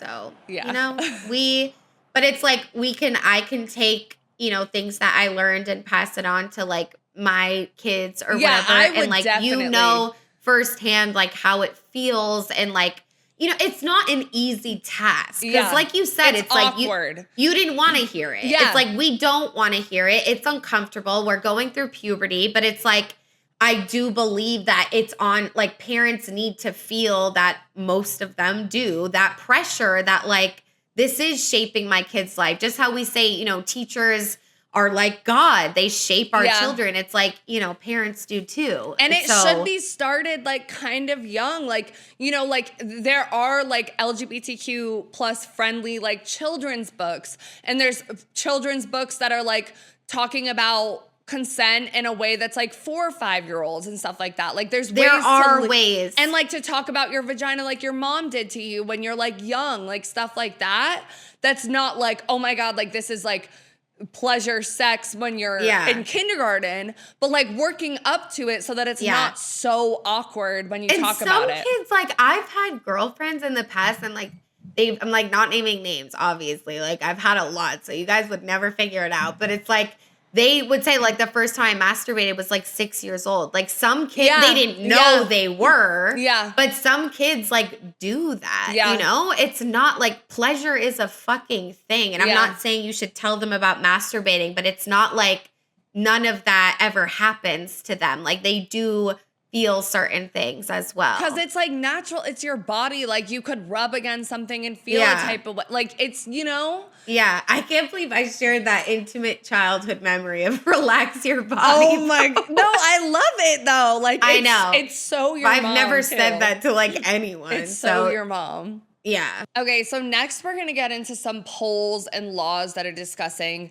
the disconnect essentially between schools and parents, and how actually a lot of parents do want sex education in schools, but a lot of like the recent bills, especially since 2023 and 2024, and this is a lot of like Trump's campaigning and stuff as well, like the moral panic in the South about like making everyone gay. They're pushing that like sex education and all of that should be done in the home. So we're going to read a little bit about what's actually going on. So we got this from CNN. Bills requiring parental oversight of sex ed became more commonly introduced throughout 2023 and so far in 2024.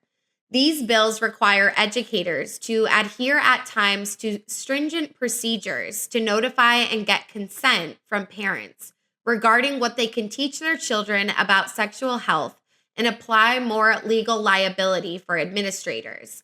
Kentucky's House Bill 304, for example, would require schools to notify parents if a student makes it known they are transgender or non-binary, and prohibit educators from providing instruction on any topic that parents have expressed via written notice, conflicts with the family's religious or moral beliefs.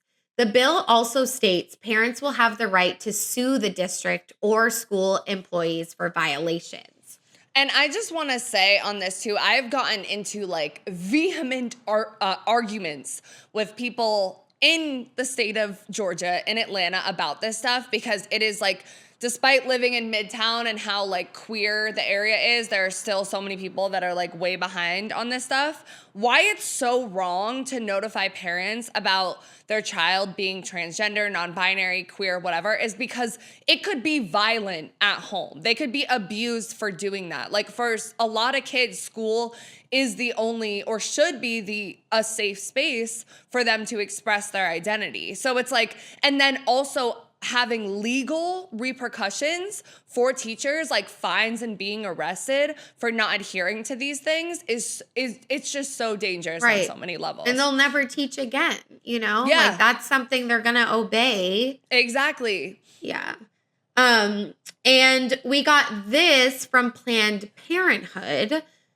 3 decades of national polling has shown that the vast majority of Americans, especially American parents, have long supported comprehensive, medically accurate sexuality education. The overwhelming majority of Americans have wanted their child to receive sex ed that includes a variety of subjects, including communication and coping skills, the emotional aspects of sexual relationships, sexually transmitted infections, HIV/AIDS, how to use contraception, 84%, sexual orientation, 76%, abortion, 79%, and the consequences of becoming sexually active, 94%. Only 36% of Americans have supported abstinence-only educational programs, and 56% of Americans have not believed that abstinence-only programs prevent STIs or unintended pregnancies. So, a survey in 2006 of parents in North Carolina, a state that at the time mandated abstinence-only education, found that 91% of parents support sexuality education in schools, 89% supporting comprehensive sexuality education, including discussions of sexual orientation, oral sex, and anal sex. A different survey in 2007 of California parents found that regardless of educational attainment, political or religious affiliation, or place of residence, nearly 90% believed their children should have comprehensive sex ed in the classroom. A 2011 study of parents in Texas, the third most populous county in the U.S., Harris County, found that a majority support sex ed in middle school that would include abstinence messages as well as medically accurate information and instruction of the use of condoms and other kinds of contraception. Despite the desires of parents, nearly 3 out of 4 Texas school districts implement abstinence-only programs that have no evidence of effectiveness. So we can see from these stats that like it is the majority that want like sex ed, like the majority of parents, it's only 36% that want abstinence only education. And like it's so still often the right is having this whole moral panic that it goes against what parents truly want. And like that is the very small portion, like the majority of them want this because it's like, think about it too, like parents obviously should be instilling this stuff in their kids, but they are working full time. They're expecting their kid to go to school and get an education. That's where they are all day.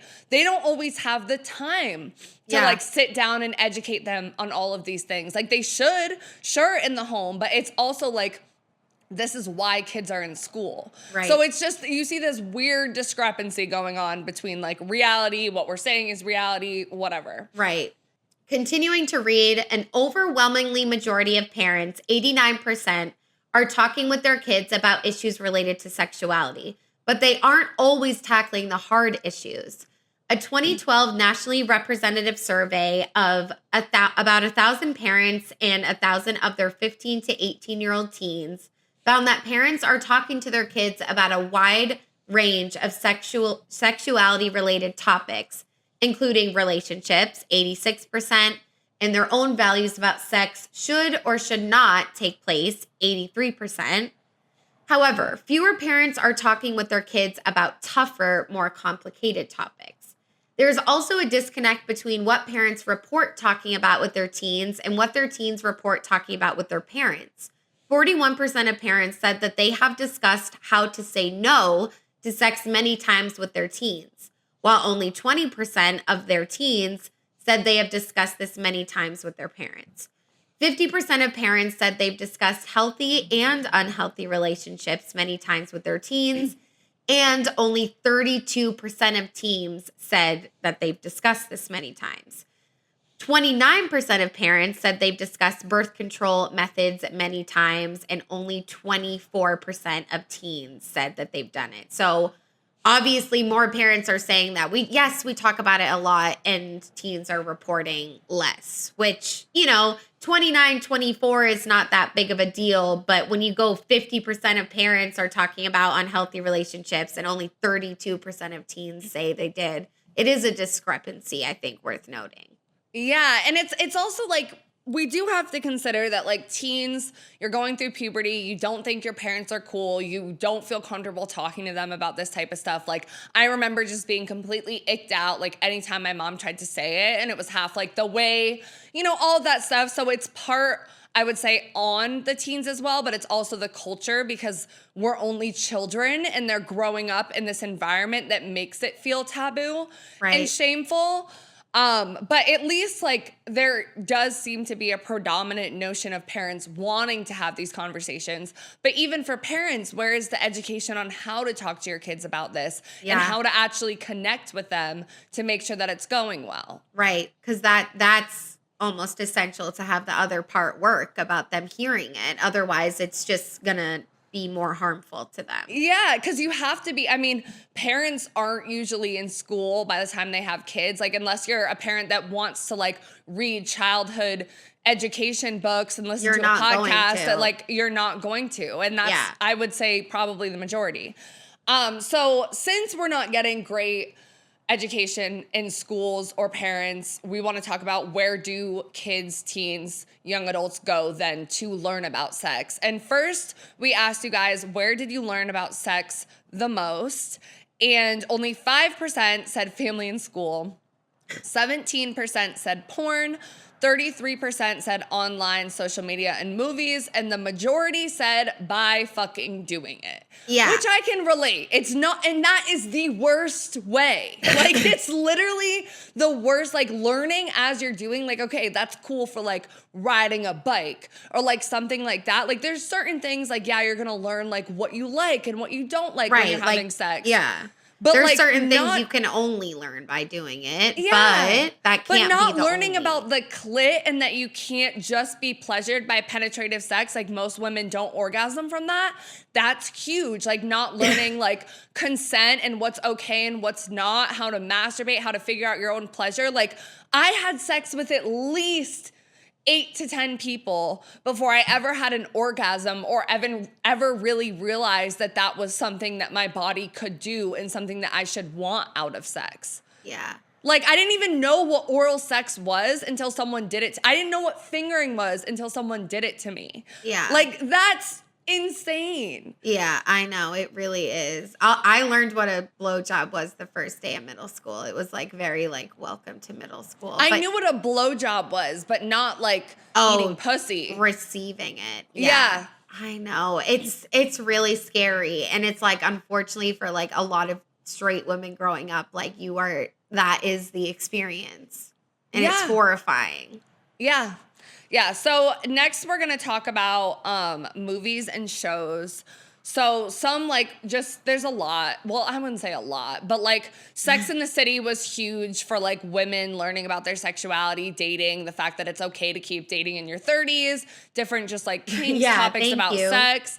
Like that was a big thing. We've also in recent times had the show Sex Education, the sex life of college girls, Big Mouth. Woo! Big Mouth crazy. Right. I love Big Mouth. I know, I love Big Mouth. I haven't watched Sex Education It is kind of gross sometimes. And not the sex stuff, like other stuff. I'm like, okay. The hormones and like the like general griminess of it. Yeah, like, exactly. There is a general like pimple popping griminess. Yeah, like grossness that's going on, like the horny demons, like all of that. Yeah. But Yeah, but a good amount of people also do learn about sex from like sex scenes in movies and shows, which like before intimacy coordinators were a thing, which we're going to briefly talk about.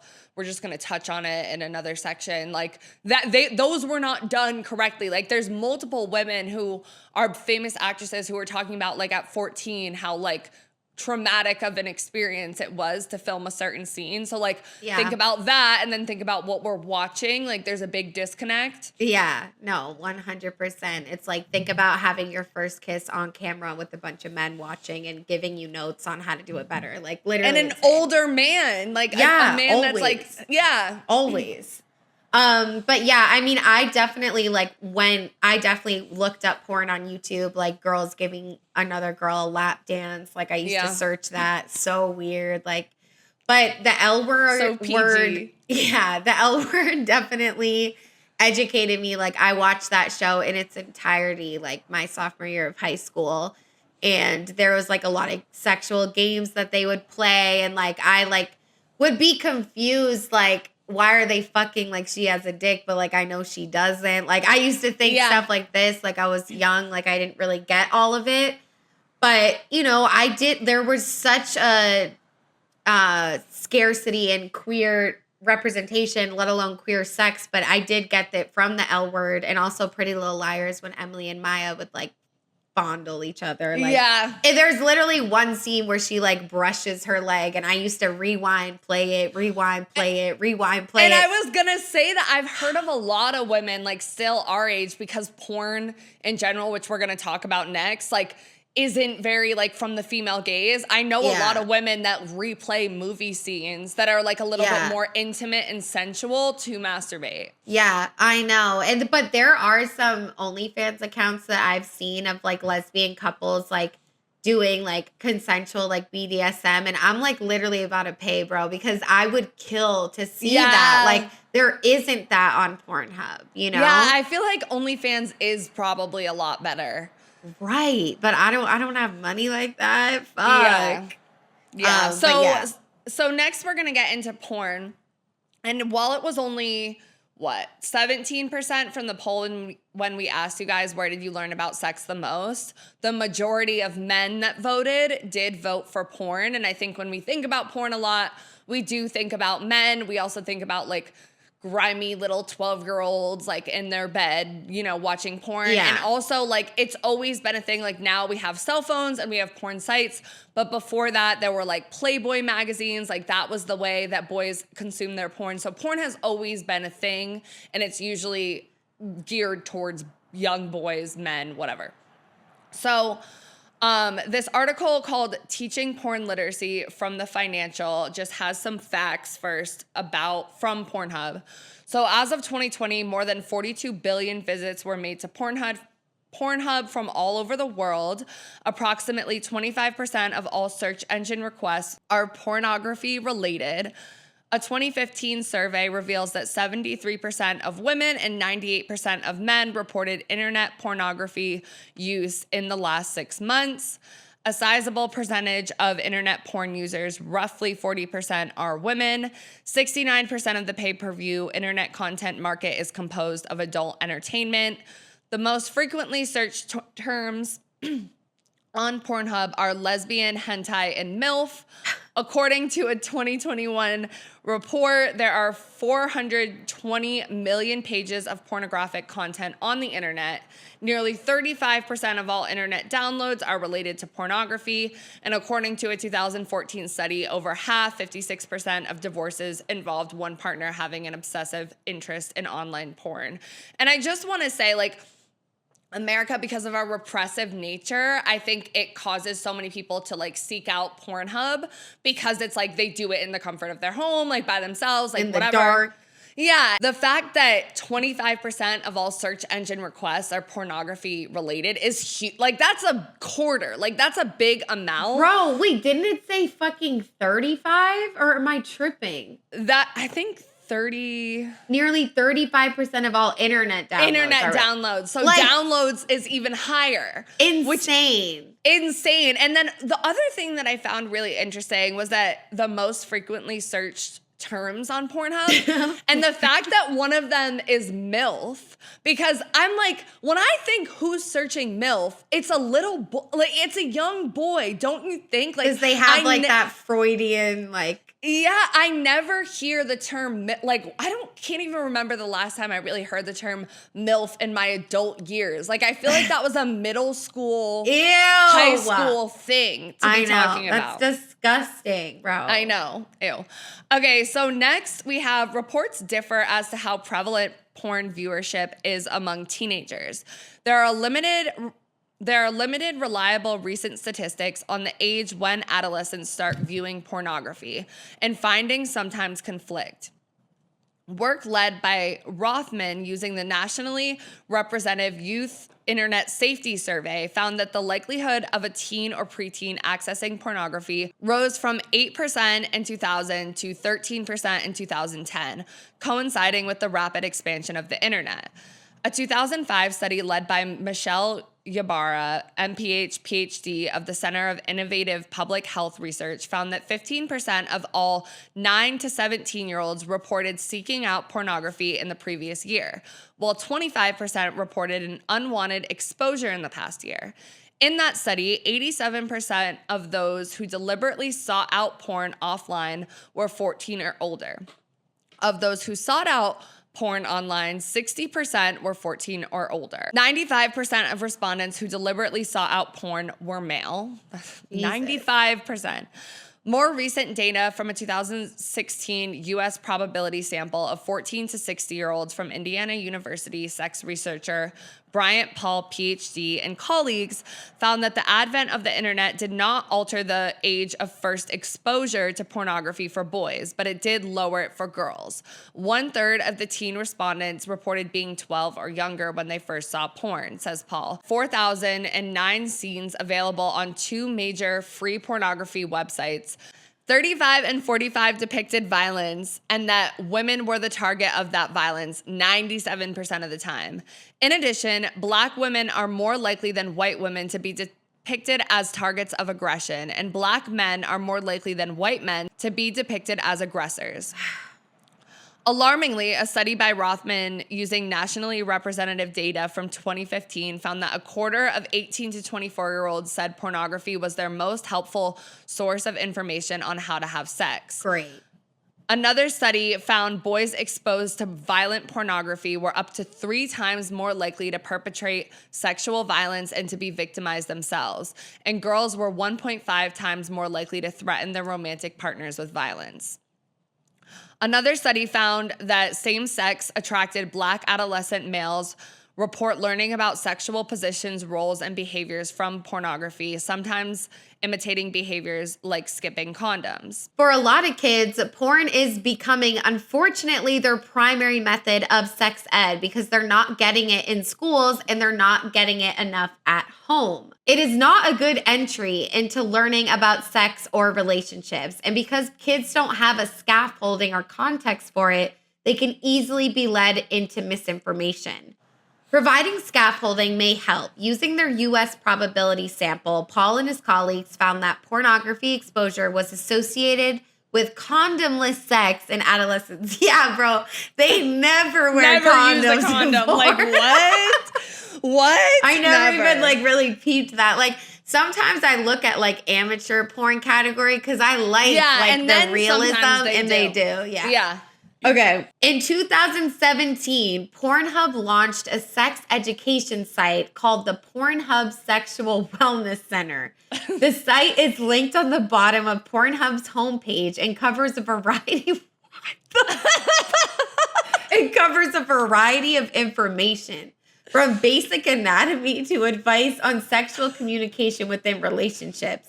We get a lot of really basic questions, and I can tell they come from different parts of the world where there is very little sex education. Parts of the world that you like America? Like, right. Hello. Said one of the psychologists who helped launch this site. For me, it's about having a larger reach to educate people. So, like, yeah, like, this is good, but the reason I'm laughing so hard is because, like, literally when I think about porn, like everyone knows, like, if you watch it, and the second it's over, I can't delete shit quicker. You immediately I'm not clear your looking for resources. Like anyone that's in a porn mindset is not ready to look at an infographic. Bro. And it's good though. They should have It's good that they're attempting, But and I think they are because of, and this is the difficult conversation about porn, and we're gonna talk about porn addiction next, which I would love to do an episode where we expand on that more because it's too much for this episode alone. But it's kids are going to porn, so it's there is this big backlash about sex trafficking, about child pornography, about all of this stuff that gets grouped into porn, and then it's we should outlaw all of it. And I don't think that's the case at all. I think we should be able to have nuanced conversations about what's bad about porn and what's not, because realistically, a 13-year-old boy, if he wants to look up porn, it is readily available for him, and he should do that, or he will do that rather. But porn in America is so from a male gaze and so violent, and those stats about the likelihood to commit more violence or even be a victim of more violence is kind of terrifying. And the fact that this is the only source that most young boys are learning from. That's why we get people who don't know consent, who are more likely to commit violence and all of those things, because they're watching this graphic pornography. And especially if it starts at a young age, it just continues to get more violent. And we are for we've talked about BDSM, we've talked about doming and those types of kinks. I think those kinks should be covered. And I know it's kind of radical to think that we should cover kinks at all at a young age in schools and in sexual education. But it's if these kids are going on Pornhub and exposed to this type of content with kinks, but aren't taught all the conversations that happen before you can perform this type of borderline violent kink, and not even that, it's just tell them that porn is not representative of real life sex, because the cause of not telling them fucking anything is making them go to porn, and then that's their only representation. Why would the childlike mind believe that there is any more to that? Right. They're literally watching it mad videos with the same racist, misogynistic, blatant tone, not even undertones, blatant misogyny and racism, and men laughing at women. It's horrible. It's literally horrible. And the only reason I laugh is because BG knows, I've had porn addictions, in the past, literally in our, sophomore year college, I was watching, bitch. Yeah. And I go through waves, right now. I did masturbate for the first time about 3 nights ago, though. So that was good. Yeah. And I'm on my period, so, my orgasm was, hitting. Yes. But it's, the reason I laugh is because I know porn. I've been on the internet. I've scoured a lot of different categories. And it is just, so scary that kids grow up thinking that's what sex is. So it's, first tell them that porn does not imitate real life. This is a production. Right. And then tell them about kinks. But it's just tell them it doesn't, that's not what your first time's gonna be like, okay? Right. Don't make it like that. And I've experienced that the first time I've had sex with certain men, where I'm oh no, they must only watch porn because the way that they're fucking or trying to fuck is just so flip me over, throw me here, boom, boom, boom. So, and I'm whoa, you have to warm it up. You got to get it wet. Did anyone teach you anything? Body, bro. Right. What are you doing? But they're just trying to imitate the men that they see in porn. And it's just, I don't know. And when we were young teens, we're they're doing it right. Exactly. We were okay, this is great. We didn't even know anything. It's no. When I rubbed my clit for the first time, bro, the game was over. What? I was yeah, that shit was the first time crazy. someone ate my pussy, I was oh, I want this all the fucking time. But okay. So next, we're going to just briefly get into this article from The Guardian called The Secret Lives of Porn Addicts. I am meticulous about covering my tracks.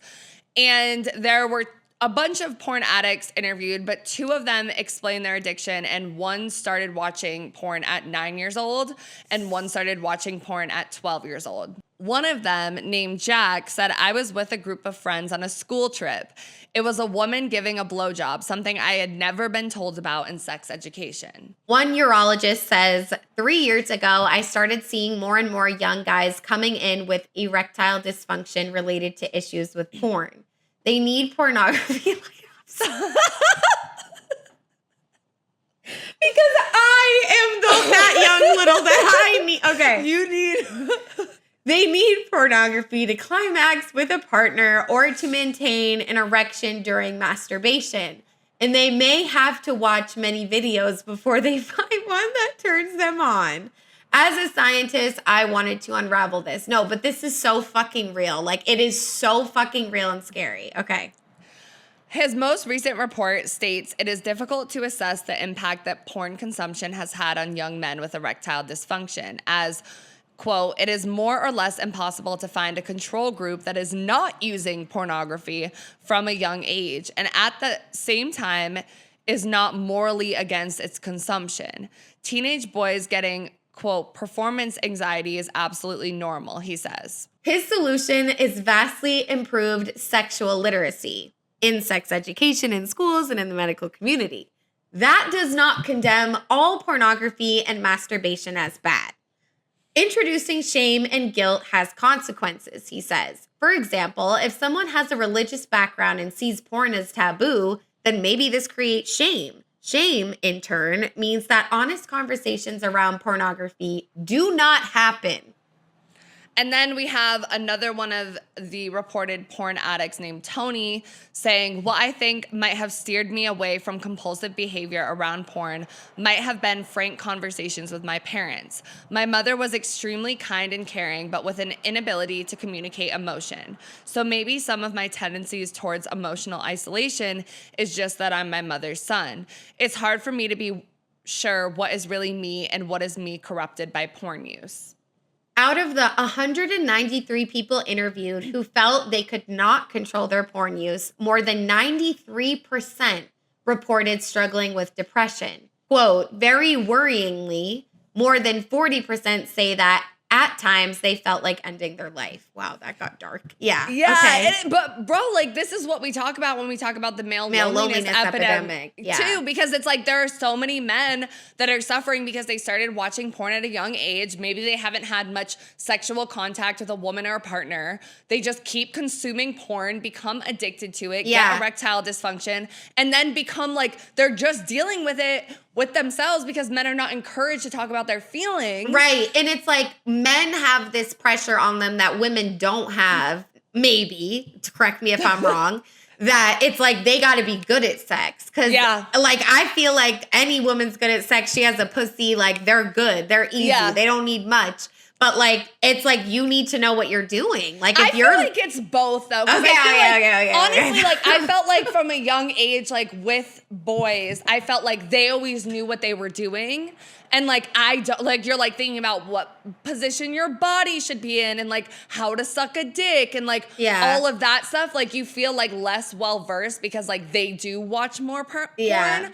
But I agree with you that like, I mean, I think the older you get and the more you think about like men and how easily turned on or like whatever I guess they that's are. what I was leaning It's into. just like for them, if they actually are concerned with a woman's pleasure, it's a little harder for them. Right. Okay, so next, since when we asked you guys where you learn about sex the most, and 33% of you guys said online social media, we're going to get into sex ed on social media and also the censorship that involves that, which we have direct experience in being a sex and relationships podcast that tried to do TikTok.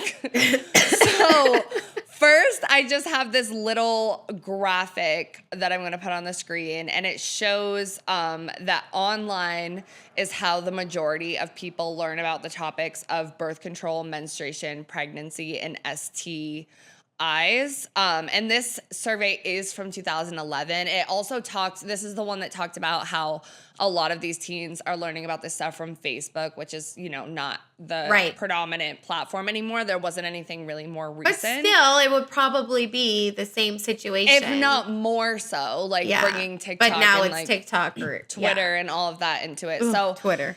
Yeah. Next, we have this article from them, and it's called 9 TikTokers Who Are Revolutionizing Sex Education Online. And we will link it in our sources, so I do encourage you guys to go check these people out. Find more education. This is all huge. And I will say a lot of them, some of them have a good amount of followers. A lot of them don't have that many. To be mentioned in this article, it just goes to show how few there are and how much their content is censored. So the article says, by day, 19-year-old Max Fenning is a business student at the University of Florida. But by night, he takes on the role of professor where he teaches a course called, quote, School for Sluts on TikTok and Discord. Thousands flock to his virtual live stream classes where he can be found scribbling on a whiteboard about topics ranging from consent and STIs to bottoming and douching. The first few minutes can be quiet as viewers get comfortable, but by the end of his 4-hour-long classes, questions and comments flood the discussion section. For many of Fenning's 44,000 followers, it's no doubt one of the only spaces where they feel comfortable learning about their sexuality. It was Fenning's own lack of knowledge surrounding queer sex that inspired him to tackle sex ed. Fenning says some of his followers are under the age of 18, many of whom haven't told their parents about their TikToks, let alone come out to them as gay. Quote, this is their space. They're completely closeted to everyone outside of my page, Fenning says. It's really a family that we've started building.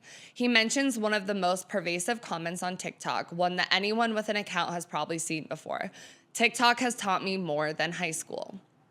It's cliche, he says, but only because it rings true for so many users. In many ways, you can really learn more on TikTok than you ever could in school, he says. So while this is a pretty positive account of what sex ed can look like online, unfortunately, there is the censorship side, which we're going to get into next with this article called Navigating Sexual and Reproductive Health Censorship on Social Media, which says these platforms aren't just virtual hangouts. They're essential hubs where young minds can find accurate, inclusive information, fostering a future where sexual health is an open conversation, not a hushed secret. Social media becomes their compass, guiding them through relationships, consent, and self-discovery, ensuring they're armed with knowledge for informed choices in a world where sexual health is a universal right, not a privilege. According to a 2020 study that recruited over 900 young adults with internet access in Kenya, Nigeria, and South Africa, about 84% of young adults in the sample considered social media an appropriate medium for sexual health communication, with Facebook being the most preferred. It's important to recognize that we might see similar patterns right here in the USA. This data suggests there's a worldwide movement towards using digital platforms to spread awareness and educate people about sexual health. On TikTok, we see sex educators and nonprofit organizations unable to use the word sex in captions, graphics, and subtitles for audio and videos. Luckily, there are ways to bypass this censorship on TikTok by using words like segs with 2 G's, lesbian with the S as a $sign, and bean as B-E-A-N, SA, like the letters pronounced essay, like college essay, used in sexual assault awareness content, abortion, or other forms of code words that have become second nature in our social media landscapes. And like I just Scrippa. Yeah, like Scrippa, like 304 TikTok. Like and it's so crazy that lesbian is censored. Like, are we fucking serious, guys? Bisexual is as well. And I just want to say, like, the whole essay, grape, people say grape instead of rape. People usually say DV instead of domestic violence. Like, because I'm a survivor of domestic violence and I felt shame about saying that for a really long time, it really, really bothers me. And I couldn't figure it out in my mind for a long time why it bothered me so much that we weren't using these words.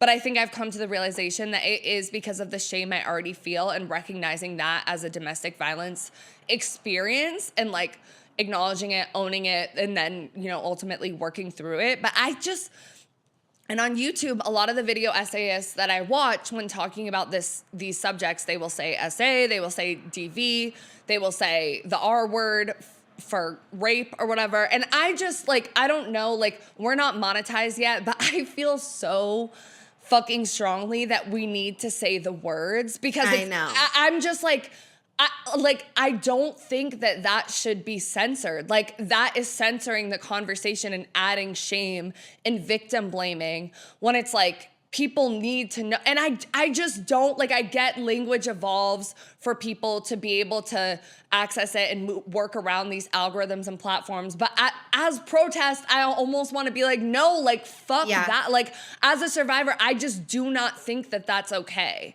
Yeah. You know? I don't think it's okay either. I think it's horrible. And it's like, even on YouTube, like, there are people like skirt around these because they want to. And it's nothing wrong with wanting to be monetized. Like, that's your job. You want money. But I feel you. It's deeper than that. And it almost just feels like giving into the system. And, you know, you can look at it as a way to kind of work the system. Yes, it sucks. You can't say the real word. Yeah. But we're at least able to find a way to talk about it.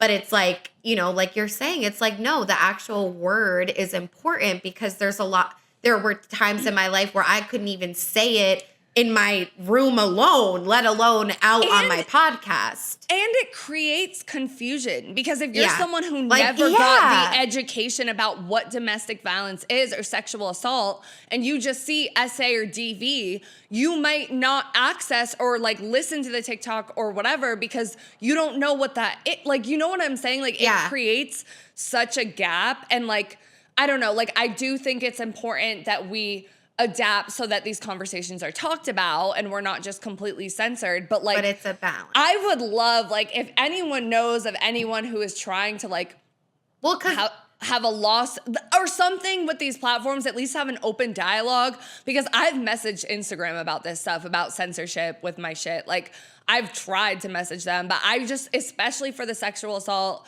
rape, and domestic violence, like, I just really, I mean, lesbian too, bisexual, like. I mean, that's just laughable. Like, I mean, really?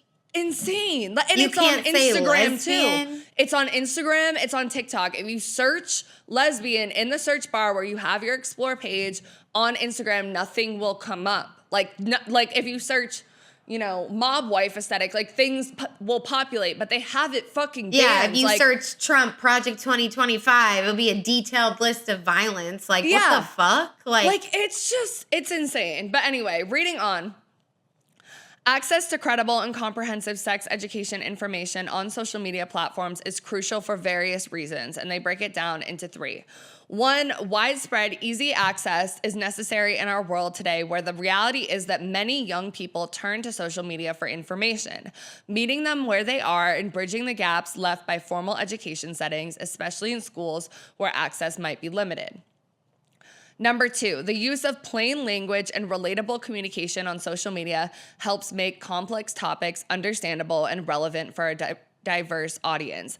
And that's huge, right? Like, when we talk about parents and, like, awkward conversations and your 60-year-old health ed teacher that's, like, talking about this in a super sterile way versus you have a sex educator or a 19-year-old college student that's talking about it in a way that's like, I'm your friend, like, this is okay. Like, you can watch it from the safety of your room and not feel weird about it. Like, so it feels so much No one's safer. looking at you, looking at them. Right. It's more Listening. digestible. Yeah.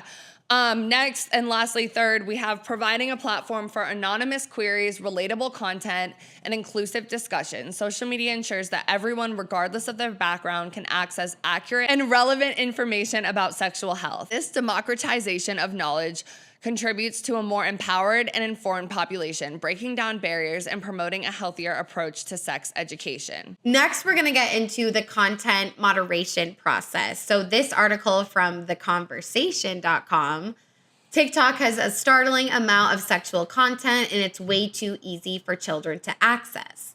The article says that TikTok relies on both automated and human moderation to identify and remove content violating its community guidelines. Like, bro, it's like, it's always about, but like, yes, it's harmful to the children, etc. But what about the people that it's benefiting? Like, And no one also, talks about that. The age to get on, which we talked about in our ovulation episode, the age to get on TikTok is 12, which is the age that most girls start having Get their their period. period. Or before. So what's it the can be the issue? ages of like 9 to like 15. Like, there's a range. But by 12, a lot of girls have their fucking period. By 12, some people are sexually active. Like, Right. And I'm not trying to be a pessimist, but it's like your child could be walking down the street and get flashed by an old man. Then what? It's like shit happens. Like you cannot protect, like I'm being and on the school bus, like I remember like always, Dude. and like the school bus, they're joking. Like everyone has different, because people have older siblings. They have whatever. Like they're exposed to it. They're watching movies. They're playing video games with super provocatively like dressed women. Like they're listening to music that talks about it. Like what are we literally talking about? Anyway. This includes nudity, pornography, sexually explicit content, non-consensual sexual acts, the sharing of non-consensual intimate imagery, and sexual solicitation. TikTok's community guidelines say, we do not allow seductive performances or allusions to sexual activity by young people or the use of sexually explicit narratives by anyone. And I just want to say also, like, the fact that it says seductive performances, like, Bro. multiple women who pole dance have been, like, shadow banned, flagged, like, all of that stuff. Even, like, women that are dancers, women in crop tops. The number of times that my TikTok has gotten removed because I have, like, a semi-sheer see-through shirt where you can see, like, the outline of my fucking nipple. It's like, this is not pornography. Like, this is not fucking pornography. But anyway, keep going. It's crazy. It's infuriating, guys. Clearly, yeah, we're mad. So, however, TikTok's automated moderation system isn't always precise. This means beneficial materials such as LGBTQ plus content and healthy sex ed content may be incorrectly removed, while explicit, harmful content slips through the cracks. Exactly.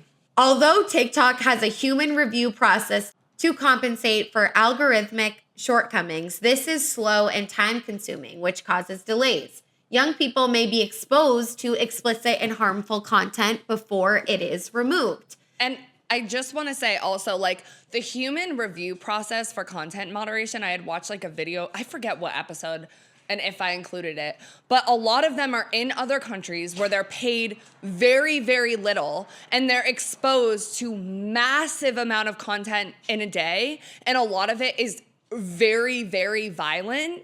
And so a lot of them just get like content fatigue and violence fatigue and literally are just like mark everything as like fucked up because they're like, and they're exposed to bad shit. Like I remember being in middle school and the boys being at the lunch table watching videos of like terrorists like cutting people's heads off and like really violent shit. And that's what they're exposed to. And they're also paid a very little amount of money. So it's like, it's not their fault. It's like the system, it's the company, like it's so many levels to this, but. Yeah, that was really good insight. I did not know that, how that worked. But not surprised, you know, right? TikTok's guidelines on sexually explicit stories and sexualized posing are ambiguous. Many users also resort to algo speak because they feel TikTok's algorithmic moderation is biased and unfair to marginalized communities. Users have reported on a double standard, wherein TikTok has suppressed educational content related to the LGBTQ plus community while allowing harmful content to remain visible. I mean, that's TikTok's MO, honestly. Yeah, literally. TikTok's guidelines on sexually explicit stories and sexualized posing are ambiguous, and its age verification process relies on self-reported age, which users can easily bypass. Okay, well, that's pretty stupid. Yeah. Many TikTok creators, including creators of pornography, use the platform to promote themselves and their content on other platforms such as Pornhub or OnlyFans. For example, creator at Jenny X Rated posts suggestive and hypersexual content. She calls herself a daddy's girl and presents as younger than she is. Tea. I mean, low-key, like, for sex workers and, like, for all of that, like, it's fine. But again, that is, like, bypassing the stuff. And then we're only getting hypersexualized. That's it. You know, because an OBGYN can't say vagina in a post because it will get flagged. It makes no sense. It makes no sense. I know. I'm like, okay. Such content is popular on TikTok. It promotes unhealthy attitudes to sex and consent and perpetuates harmful gender stereotypes, such as suggesting women should be submissive to men. Young boys struggling with mental health issues and loneliness are particularly vulnerable to incel rhetoric and misogynistic views amplified through TikTok. Controversial figures such as Andrew Tate and Russell Hartley continue to be promoted by algorithms, driving traffic and supporting TikTok's commercial interests. According to Business Insider, videos featuring Tate have been viewed more than 13 billion times as of August of 2022. This content continues to circulate even though Tate has been banned. And obviously, it's like all manosphere content. It's like goes viral as fuck. Self-proclaimed men rights advocates center their content on anti-feminist discourse, hypermasculinity, and hierarchical gender roles. What may seem like memes and entertainment can desensitize young boys to rape culture, domestic violence, and toxic masculinity. TikTok's promotion of idealistic and sexualized content is also harmful for the self-perception of young women and queer youth. This content portrays unrealistic body standards, which leads to comparison, increased body dissatisfaction, and a higher risk of developing eating disorders. For children under 13, it's up to parents to decide whether they allow access. It's worth noting TikTok itself has an age limit of 13 years, and Common Sense Media doesn't encourage use by children under 15. If parents do decide to allow access for a child under 13, they should actively monitor the child's activity. While restricting apps use might seem like a quick fix, our research has found social media restrictions can strain parent-child relationships. Parents are better off taking proactive steps such as having open discussions, building trust, and educating themselves and their children about online risks. So again, it's like having that open discussion instead of just banning it. Like, don't ban sex, just fucking talk about it. Like, exactly, especially with your children. And that's more the reason why it should be talked about in schools if so many kids are going to be exposed to this type of stuff. Like, I mean, with the manosphere having such a trending moment in like Gen Z and Gen Alpha culture, like I've heard it so bad in Gen Alpha culture, like young middle school boys at this age, this is more the reason why relationships and healthy sex ed needs to be talked about, because we're creating more generations of like violent young men and lonely, suicidal young men. Like, all right, next that have no chance. That have no chance, exactly. So next we're gonna get into shadow banning a little bit, which I am shadow banned, guys. Like if you Google my Instagram account, like for a while it was only coming up in Spanish or it was only coming up in Korean because I'm like banned in the US. They also said that my content can't be shown to non-followers because I've like gone against community guidelines She used to make money from like reels and shit. I used to make money from reels. I used to be monetized, but like now I'm not anymore, which it wasn't that much money. So it's like, whatever. Still, like it was something that you were going to post anyway. It was nice. Like, right. And it's like, I am a creator. Like we have this podcast. Like this is something that I'm trying to do. We're trying to educate. You know, it's insane. But anyway, shadow banning.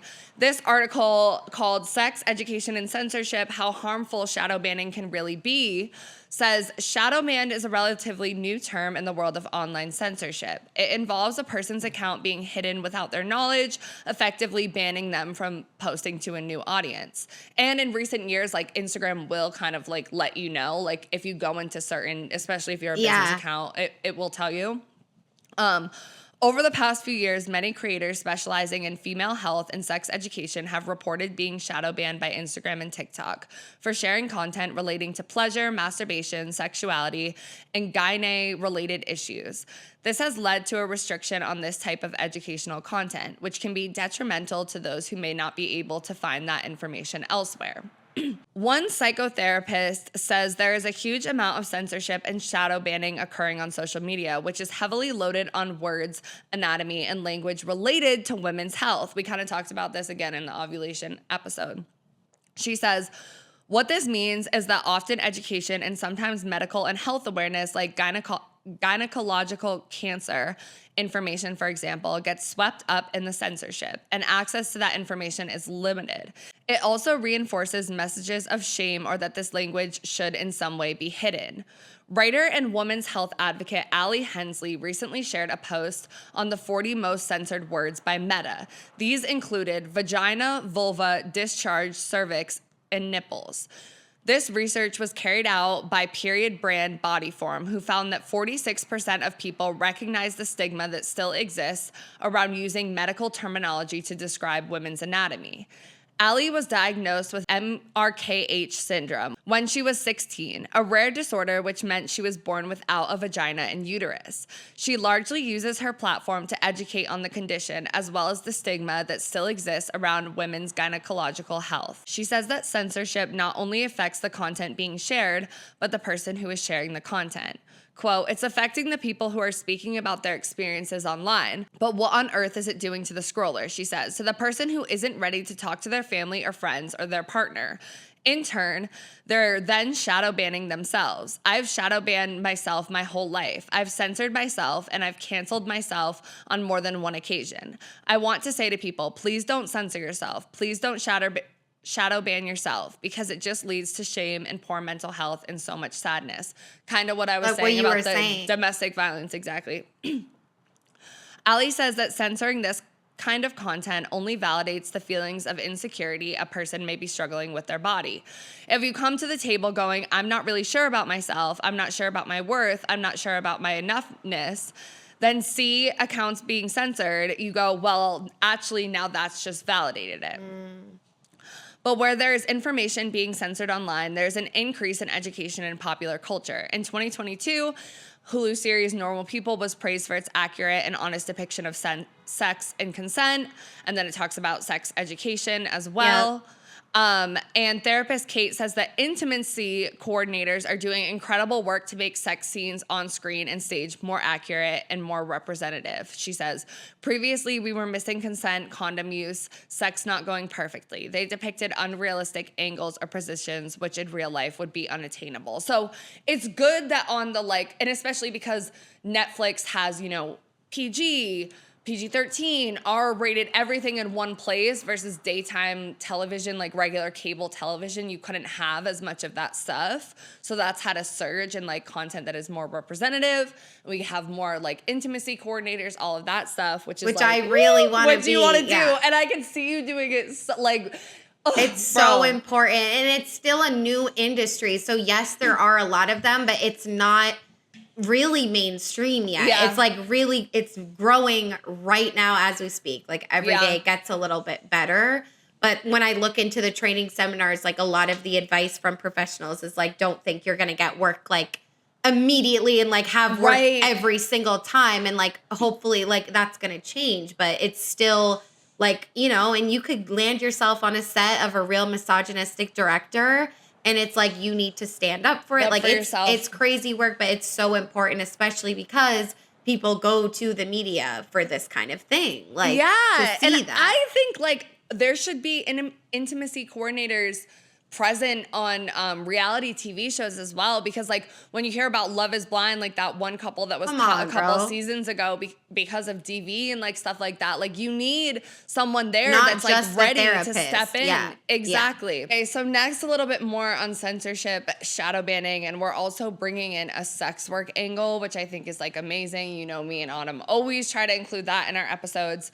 This is by Michaela E. Knight. It was written in 2022, which is much more recent, and this is her thesis for a Master of Arts in Women's Studies. It's called #SexEd, Sex Safety and Censorship on TikTok.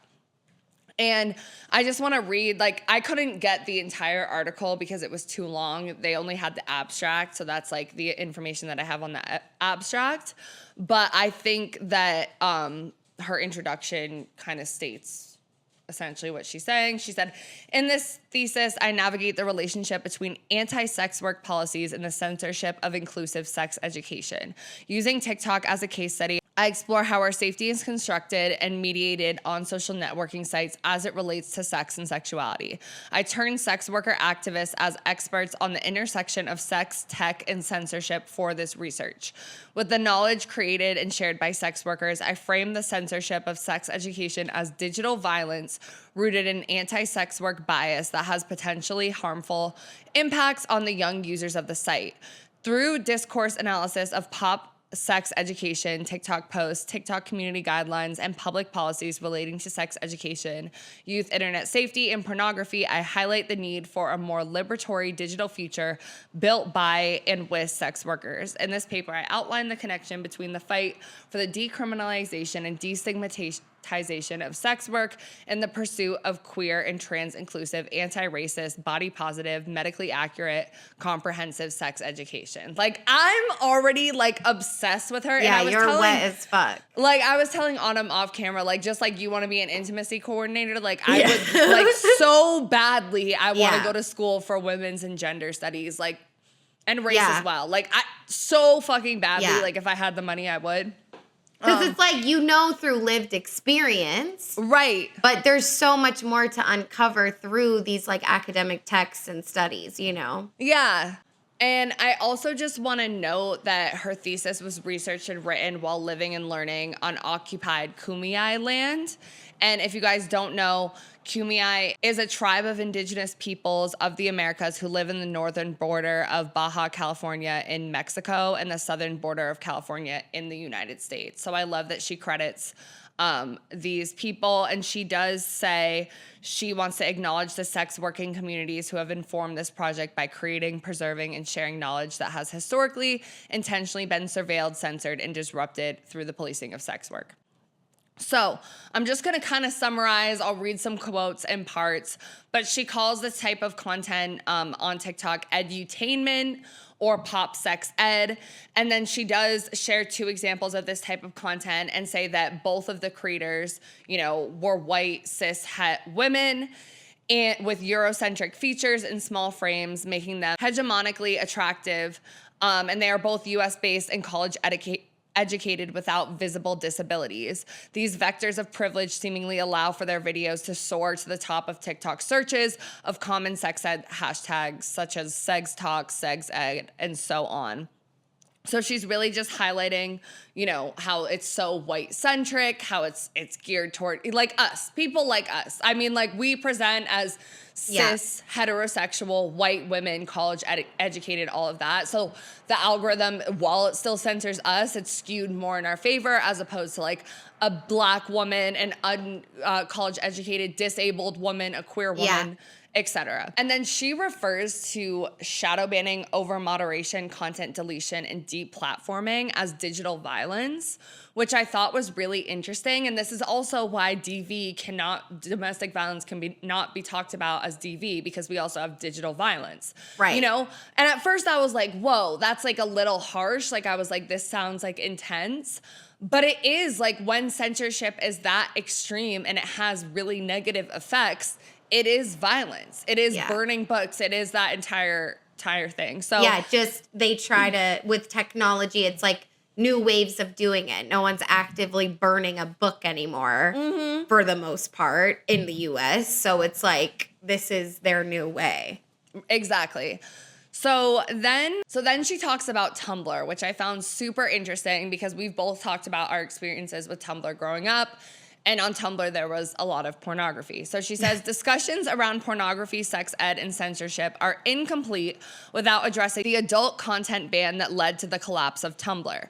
In Pornography, Trans Visibility, and the Demise of Tumblr, Carolyn Bronstein details the history of Tumblr's CEO, of Jeff Donofrio's attempt at creating, quote, a better, more positive Tumblr that would prioritize the most welcoming environment as possible and ensure a safe place for creative expression, self-discovery, and a deep sense of community.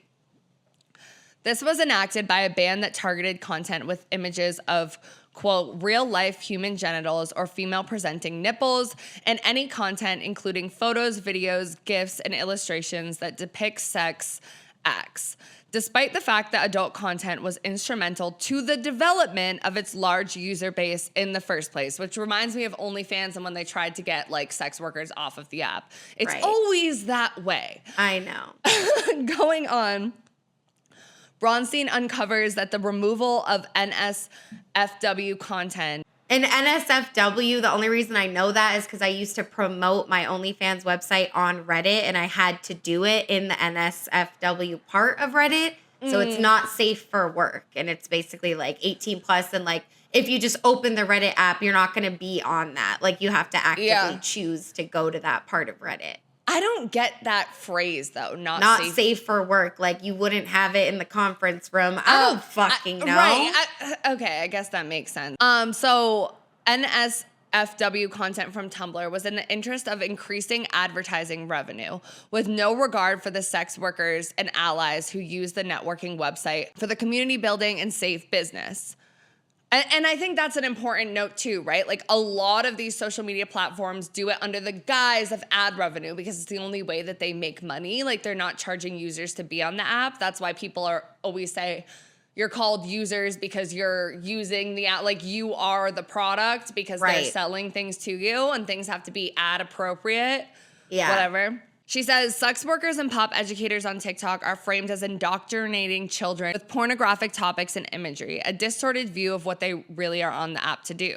Sex workers use TikTok to share tips with one another about staying safe at work, about financial literacy, and to normalize and destigmatize sex work as a form of harm reduction.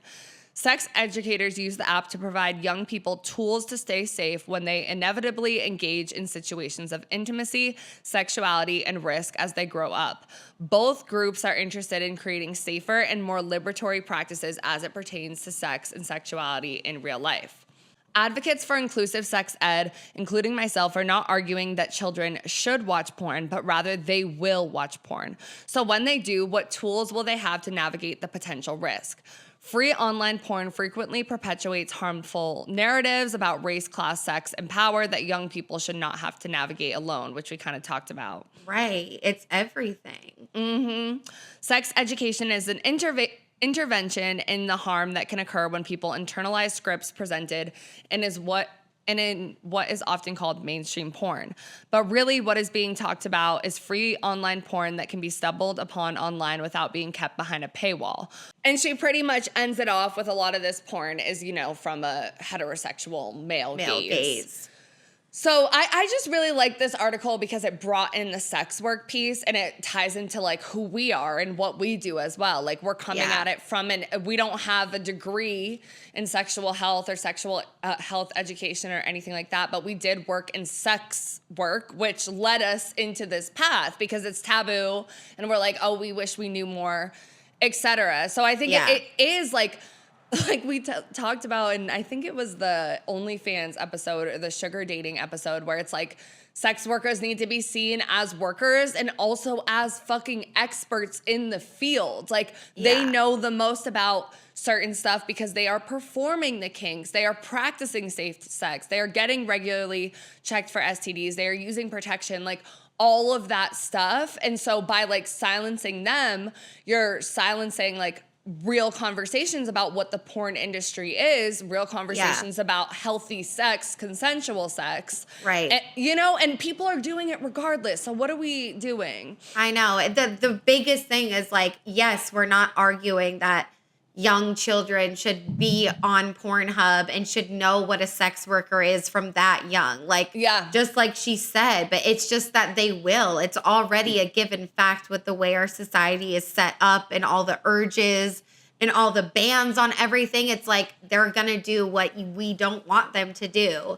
Exactly. So it's like putting those things in place that will make them more healthy. But I do agree that this is so rare. Like, you never really get the sex work angle. And it's like they always silence sex workers. So I think it's like a really good find from research wise, because this is something that's really hard to find. Like, it's not in a CNN article. It's like someone's fucking thesis, bro. Like, that's crazy. Bro, and I literally want to look up her name and like try to see what work she does if she's after had this. Others, if she writes a book, if she has a podcast, something, because it is so rare, to especially in the context of talking about the internet and sex work and sex education, which like we find ourselves in this, like you see a lot of OBGYNs talking about stuff for people who are just interested in sex, but like the intersex between, you know, gender, sex, relationships, and the internet is kind of like where we lie. And it hits identity. different, like coming from a medical professional versus like a sex worker. It's like their perspectives are going to be so different, and like both are valid in like the education.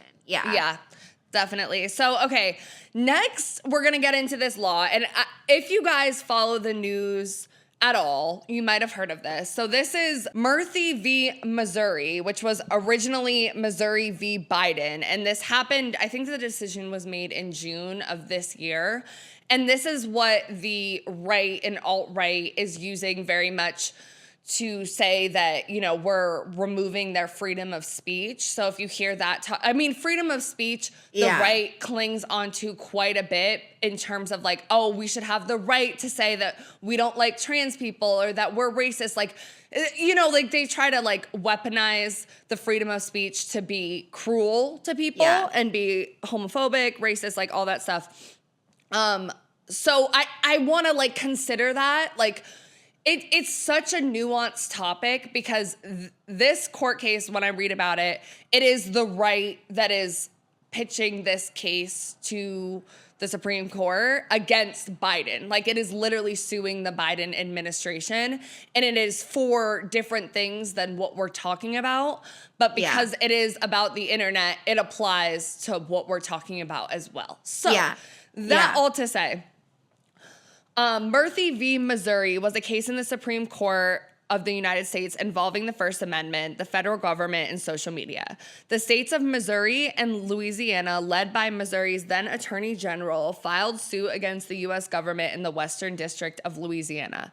They claimed that the federal government had pressured social media companies to censor conservative views and criticism of the Biden administration in violation of the right to freedom of expression. The government said it had only made requests, not demands, that social media operators remove misinformation. The lawsuit alleges that President Joe Biden and his administration were working with social media giants such as Meta, Twitter, and YouTube to censor and suppress free speech, including truthful information related to COVID-19, election integrity, and other topics under the guise of combating misinformation. So a lot of this is about, like, it's a lot about COVID-19 stuff, and it's a lot about misinformation. So it's like, essentially the Biden administration was asking that they provide like fact-based stuff and also like health information. Like, remember whenever you would post about certain stuff, you would get the COVID-19 message below. So it was like the government was essentially requesting this heavily. But and it's weird when you think about it too, because when we think about Elon Musk, like, he is so fucking far right. Like, and even what's the guy that owns Facebook? Oh, fuck. Not Steve Jobs. Fuck. What is his name? Mark Zuckerberg. Mark Zuckerberg. When you think about Mark Zuckerberg, he's conservative as well, I believe. And he wrote a letter like against this, like whatever. So now I'm going to read another article. I'm kind of going to like summarize what the decision was. Okay. And a little bit about what this means for the future. So Justice Amy Coney Barrett, writing the majority, ruled that the plaintiff could not prove that their free speech was directly suppressed by government actions because they failed to link social media restrictions to specific government communications. The court also rejected the argument that users have the right to listen to others' uncensored content. Quote, "While the record reflects that the government defendants played a role in at least some of the platform's moderation choices, the evidence indicates that the platforms had independent incentives to moderate content and often exercise their own judgment," Justice Amy Coney Barrett wrote in the majority opinion. In dissent was Justice Samuel Alito, joined by Justices Clarence Thomas and Neil Gorsuch. They criticized it, saying that the government pressure had influenced social media companies' content moderation decisions, creating a dangerous precedent for the future of control over speech. And then essentially the case ties into, you know, the broader Republican objectives, and House Judiciary Chairman Jim Jordan called for legislation action to allow individuals to even sue the government if their social media posts are censored. Damn. Which, I mean, like fuck him and like the Republican shit, but like I'd love to sue Instagram for censoring my nipple, like, you know what I mean? Yeah. But obviously, like, we can't. So essentially, the government can communicate now with social media companies and make requests on certain things, like when it adheres to something like the pandemic or like safety, they can be like, hey, can you moderate this thing? Whatever. Like, they have that channel of communication.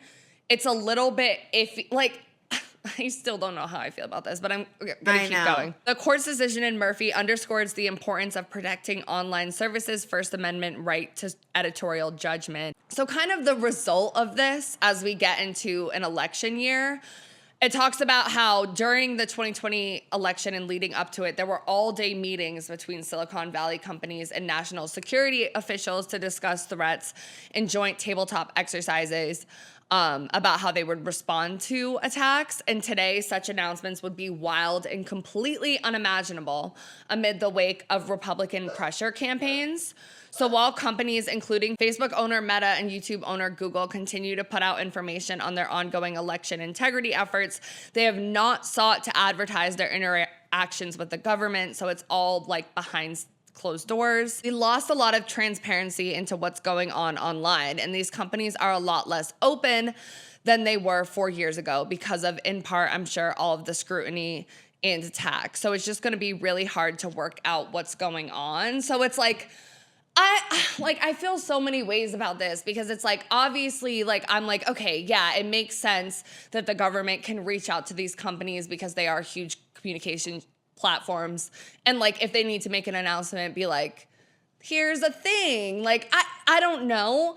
But then because all these social media companies are under so much scrutiny, and if the government reaches out to you and asks you to do something, which they do often, like the FBI, the CIA, when they're trying to find a terrorist or whatever, they do reach out to these companies. But the fact that so much of it is more like behind closed doors, and also when you think about abortion being banned, and when you think about like LGBTQ, like literally homophobic bills trying to be passed about not talking about these things, like it is a little bit concerning on the side of like sex ed and everything else. Yeah. If the government, especially if the next president is Donald Trump. So it's a little bit like, I think it's like censorship is just so hard because it's like you said, it's like humans going through content, the government requesting certain types of things. Like, there's going to be human error and they're going to censor the wrong things and let other things fly. Because it's like, I follow like as simple as like a nature channel. And if they post a video of like a lion like mauling another lion, it'll be like, do you want to view? Like, and I like that. Like, that's good. Yeah. But I've also been on TikTok where it's a mom like baking cookies with like an 8-year-old, and because there's an 8-year-old by a stove, it's like, are you sure you want to view? And I'm like, they're literally making food. Like, so it's just like, I don't know. And it is scary that it happens behind closed doors because we don't really know. And we don't know so much about what ads we get and like all this stuff that's being fed to us. So, you know, losing the transparency in what's going online is really scary. And it's weird that like, even that the FBI would like reach out to online companies to like help. Like, I don't know. It's like there's a lot of pros and cons to it. Yeah, because it's like the right to privacy is like a thing, I think, in America. But then it's also like you sign away a lot of your rights when you sign up for these apps. Like, they own your data and they're not supposed to sell it and stuff like that. But like, if they're looking for someone on the most wanted list, a lot of these companies or these government officials do reach out to these companies to help like stop terrorism and stuff like that. Yeah. So like, that's a thing. And like, arguably that's for public safety. Like, COVID-19 is for public safety. Like, I do think fact checking stuff is good. Like, I liked when Twitter added that feature to tweets and it was like, this is misinformation, like whatever. Like, that is helpful. And like, I think that's a great thing. But it is just a little bit concerning. Because, I mean, think about it. Like, if the government reached out to us and was like, hey, can you say something? Like, depending on the tone and what they're saying, we're like, oh my God, like, are we going to be like arrested? Are we going to be defunded? Like, all the people that lobby in the government, the congressmen that have ties to this amount of money that can influence this decision, like, there's a whole network of a lot of money and a lot of like strange advocacy going on that we don't know about. So, it's so weird that the right is the side that always claims free speech, and in such a like negative and hateful way that is spreading like a good amount of misinformation. Not that like the left doesn't also have misinformation, like all sides do, but like I think on the left, like we should be fighting a little bit more for no censorship and like all of this stuff, because these are key issues like abortion and like gay rights and all of that stuff, like feminist stuff. Like it is key. So interesting to see how this is gonna like play out in the next couple of years, especially depending on who's president. And I think one thing we know for sure is that the government like is and like has always been kind of afraid of social media. And I do think TikTok really broke through that. It's like they hate TikTok so much. Like they've especially already, since it's owned by China. Yeah, they've already, because they can't, it's like different, and they can't like control it maybe the way that they want to. So they just want to get rid of it, because at the end of the day, like TikTok is the platform that you would be able to find this type of shit if you know how to look for it or whatever. Because like we said, like there's code words. But yeah, it's really scary. But I think the government is terrified of TikTok. Like, because they talk about the Illuminati, like all that shit. Yeah, no, it's terrifying. Like, I don't know. So we asked you guys the poll. Do you think censorship on social media platforms prevents useful conversations, education about sex? 80%, the majority said yes, the censorship is too much, and 20% said no, censorship is necessary. A listener submitted the story or comment. I don't agree with censorship, but I do think kids are introduced way too early. Before 11 to 12, kids shouldn't and don't know what gender and being gay means. I disagree with you. I'm really sorry. I strongly disagree with this. I had two moms when I was fucking 1 year old. I knew about it, and I'm good. Like, what do you mean by that? And kids know. Like, kids I have, disagree like, with that urges so young, hard. And, like, no. I thought false. they were going to say sex, and I'm like, okay, sure. Well, they but did gender, they said gender, and sex, sexuality? and being gay. Hell no. Hell no. Thank you for listening, but hell no. But especially at 11 and 12, like, again, girls get their periods. Boys start having wet dreams and erections. Because she's saying before 11 and 12. They shouldn't. Okay, but but still, girls get their period before, like there can be quote unquote age appropriate, which what does that mean even? But like we should be doing work to figure out what that does mean. Yeah. Like, you know? And they look at 6-year-old boys and girls, oh, they're so cute, they're gonna get married, but you can't, like, what? Like, it's, I don't know. I just don't agree with that. Exactly. That's what makes exactly what you just said. Like, so many parents are like, oh, a boy and a girl are friends at a young age. And they're like, oh my God, can't wait for them to get married. Like, that's their only option. Put it you should onto say, them.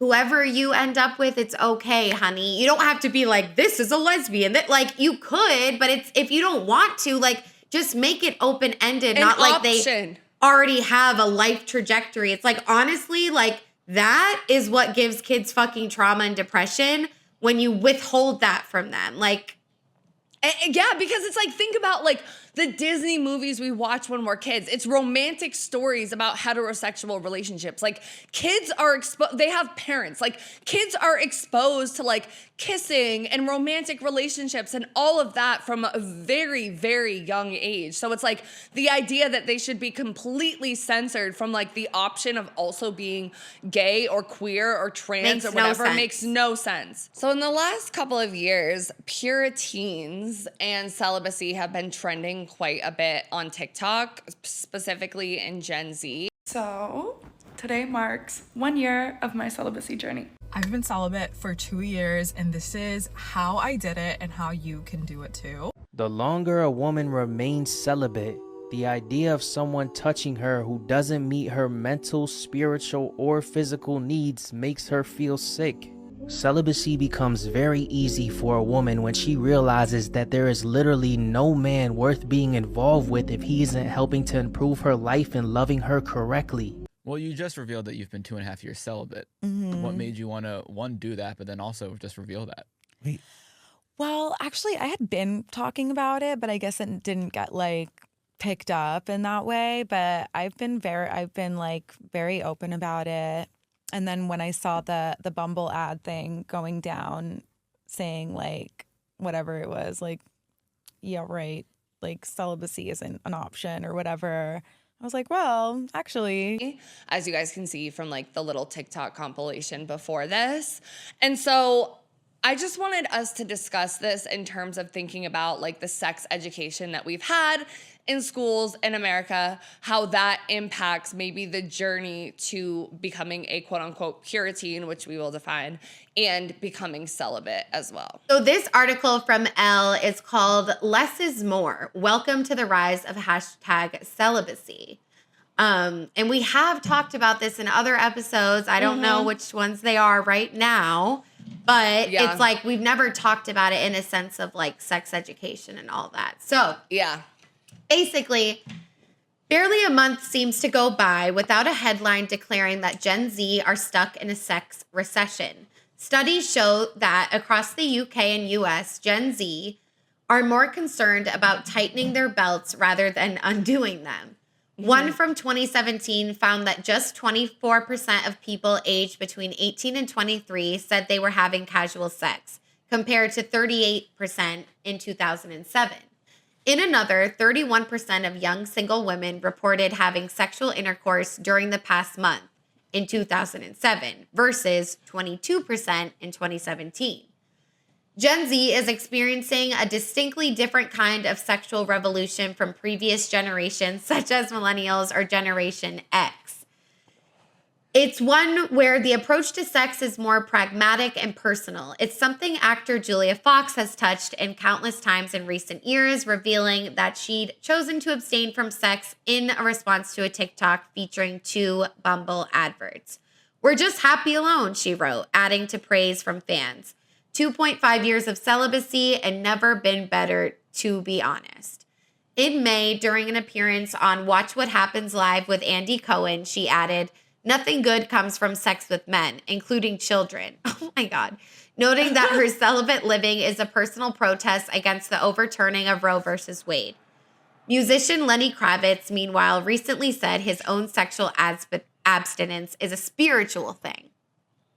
Life coach Victoria Duvall, 24, became celibate in 2020 after feeling unsafe in the way that she viewed herself and male sexual partners. "I'd come to realize I didn't know what intimacy looked like," she said. "I had been conditioned to perform and go along with whatever a boyfriend wanted, to self-abandon and people please." Not gonna lie, I really relate to that, but just with like any partner, it's not really like a misogyny thing like with me, but like just in general, like I feel like I just like fuck and like people please, like with with anyone. Just as addiction recovery and therapy programs often encourage individuals to embark on abstinence in order to go back to basics, Duvall says not having sex for a period of time enabled her to do inner transformation work and reconnect with her own sexual desire. "You have to starve yourself of another person's validation and stop using sex to avoid your emotions," she says. The idea that sex starts with oneself is of utmost importance for Dr. Huschlack and Quinlan, who have both experienced sexual abuse. "I had the hands of other people know my body before I even know myself," Dr. Huschlack says. "In a world in which you can get a hookup faster than you can a takeaway, it's crucial for people to eradicate the notion that the frequency of sex is a measure of how good it is. As a society, we're obsessed with the quantity of sex rather than the quality. Among the younger generation, it seems there's an emphasis on quality rather than having shit sex. They'd rather not have it at all." For Duvall, the power of new celibacy largely comes down to how individuals choose to define it. She says it's not about depriving yourself of pleasure, but focusing on opening yourself to the exploration of wider understandings of sex and identity. I'm extremely pro-sex, she says. Masturbation plays a big role in the celibacy I've experienced and that I teach my clients. Dr. Hushlock agrees. When I think about celibacy, I tend to think about refraining from sex with others as opposed to refraining from sex entirely, she says. Wow.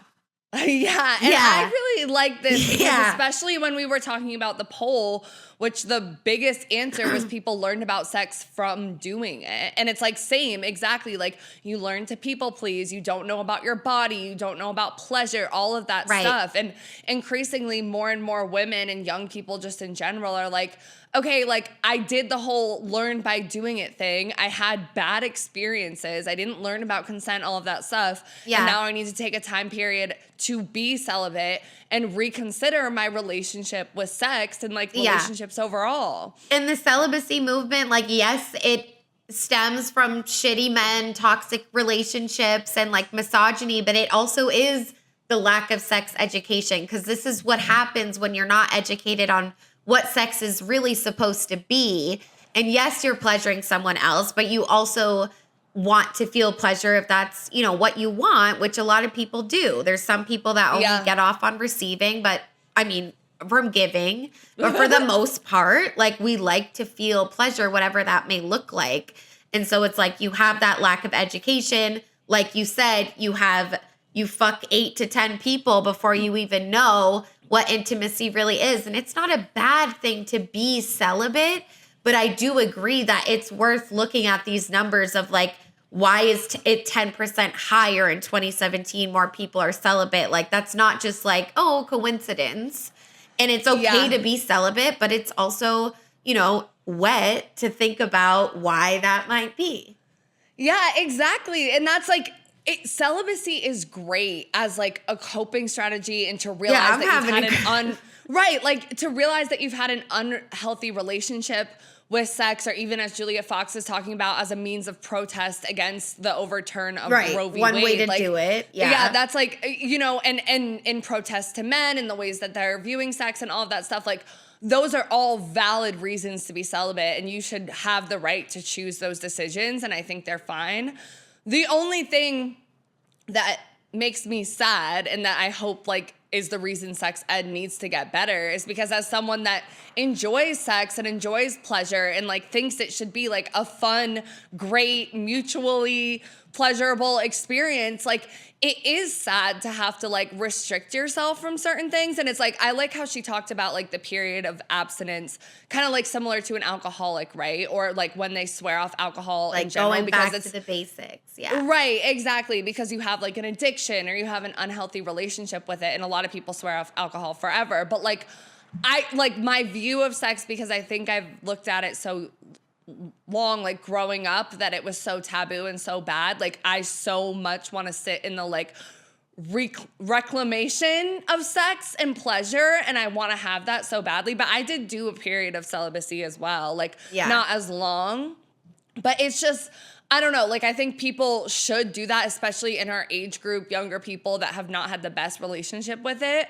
But it is, I don't know, I just can look at it as unless you're asexual or something like that, which is definitely, obviously, a thing. Right. Yeah. Right. But it's like, I didn't choose to be celibate. It happened. And now I'm like choosing it, or at least like acknowledging that like I've had opportunities to do it and I've like pushed that away. So that like I'm acknowledging like, okay, well maybe I don't want to have it right now, but I wasn't like, oh my, influenced by this celibacy movement to do it. It just kind of like happened. And like, I think like the part about like the spiritual celibacy, like cleansing, it's like, it's not a bad thing. It's just like, I don't know. It just, it's weird. It's like on TikTok, like, I don't know. It's like.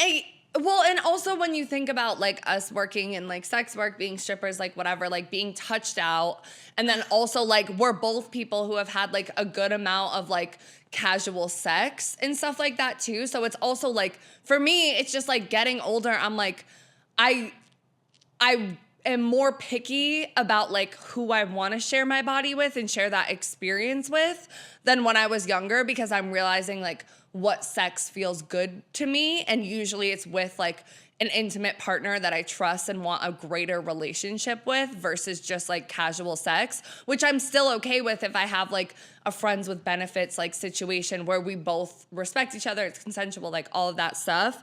But I think that's like a big part of it too, you know? Yeah. So next we're gonna move on to Puriteens, which I've heard a lot and didn't really understand. Like we talked about Puritans Yeah, in the I'm beginning of this episode. We're returning full circle to Puriteens and Gen Z. So this article from the Rolling Stone is called "Are Sex Negative Puriteens Actually Taking Over the Internet?"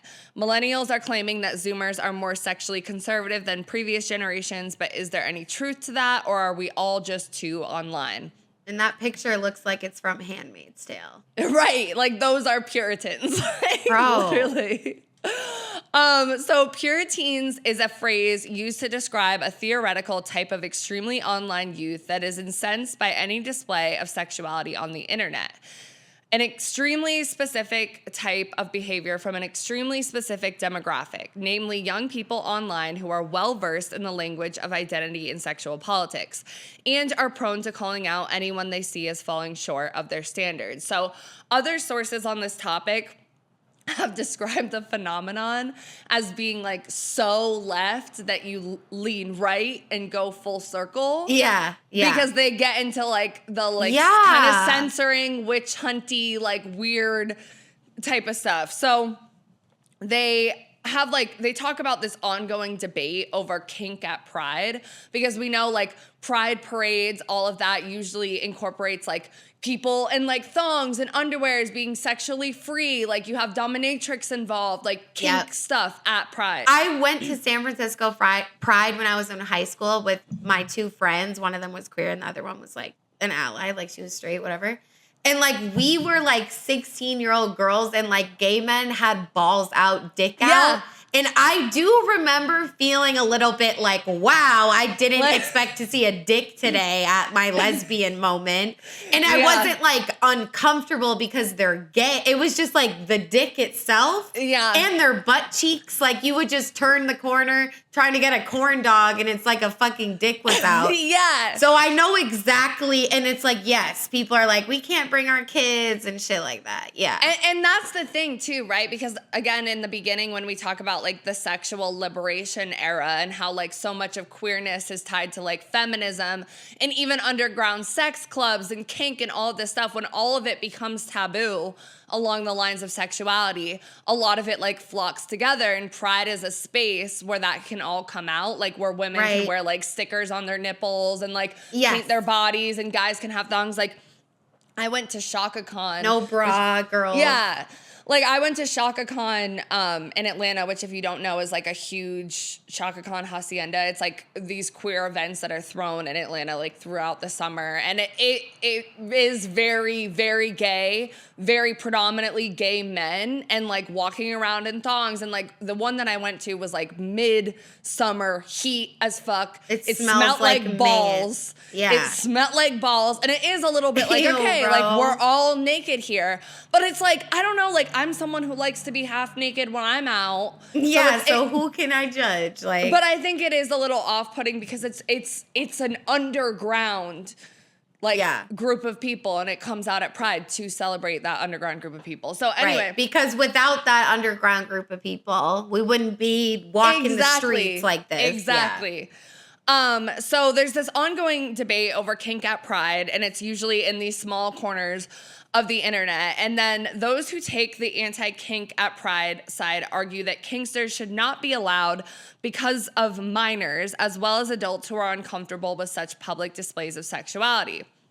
They can't provide their consent to things like seeing a guy on a leash licking an Earl Grey flavored cone outside of an artisanal ice cream shop. Those in the other camp argue that kink is deeply rooted in the history of LGBTQ liberation and Pride itself, that there is nothing inherently sexualized or disturbing about a man in BDSM gear, and the onus should be parents to explain such things to children or steer them toward more overtly family-friendly friendly pride events, and also who the fuck cares. And I do, and this is like, this is why I'm more for kink at Pride, because again, like I go out in sheer tops with my nipples out, like bye, like you know what I'm saying? Yeah, and like, I would want to like have a leash on me at Pride, so. And it's like, I get it. Like, it's like you're not consenting to seeing to that. But it's like, unfortunately, it's like, it's giving like, I'm an alcoholic, so like you shouldn't have your birthday party at a bar. It's like, if you have trauma and triggers around seeing that, it's like, yes, like they built this shit. They built the liberation. And so it's like, unfortunately, it's like there's other queer spaces without that. Yeah. Like, this is just not the one for you. And yeah, it's like, you know, I was 5 years old and not kinks, but like drag queens dressed very provocatively, like balls out and like tits up in the air. And my, you know, my mom would just be like, yeah, like it's drag queens, they're performers, like whatever. Yeah. And I wasn't like really, I was like, oh, okay. Like it's fine. Yeah. So either don't bring your kids or educate them. And if you have triggers and like that, then don't go. Sorry. Right. Find other spaces. Like we talked about, like Boston has a kids' Pride, I'm pretty sure. There's so many queer spaces that don't involve BDSM. I mean, depending on what state you're in or what country or what part of, like, that's a little bit different. Or have anything at all. So I get it. Like, I get people being like, oh, this is the only Pride event. Like, I don't want... Move to California if you can. There's a lot here. Yeah, and once we start, like, really, we're going to try to restrict the community that... I don't know. It's just too much. So exactly. And it says this discourse is not entirely organic, though. Much of it is pushed by far-right bad actors attempting to promote homophobic talking points. It's also not new, like, at all. There's been a discussion of how family-friendly the Pride parade should be when I was a little baby gay, whether drag queens should be on floats, and if we were flaunting our sexuality. Millennial author and activist Leo Herrera told me. It tends to come from more corporate conservative side who is really concerned if we are presenting stereotypes or that we won't be accepted or it'll cost funding or press. It's the same conversation repackaged. And we see this in every movement. Like feminism didn't want to include Black women and lesbians. Like the Black Power movement didn't want to incorporate Black women. Like this is a consistent And gay thing. and lesbians didn't want to include trans people. Exactly. Like we keep repeating the same stuff. So moving on, it says, what is somewhat new, however, is a claim shared by many social media that the anti-kink at Pride stance is increasingly being touted by younger people, reflecting an emerging generational divide in the LGBTQ community. Quote, sorry to all the Puritans who will never know the unfettered joy of taking your top off inside the Stonewall Inn, said one prominent activist on Twitter. Quote, I hope you never know the pain of being beaten by a cop for standing up for queer rights.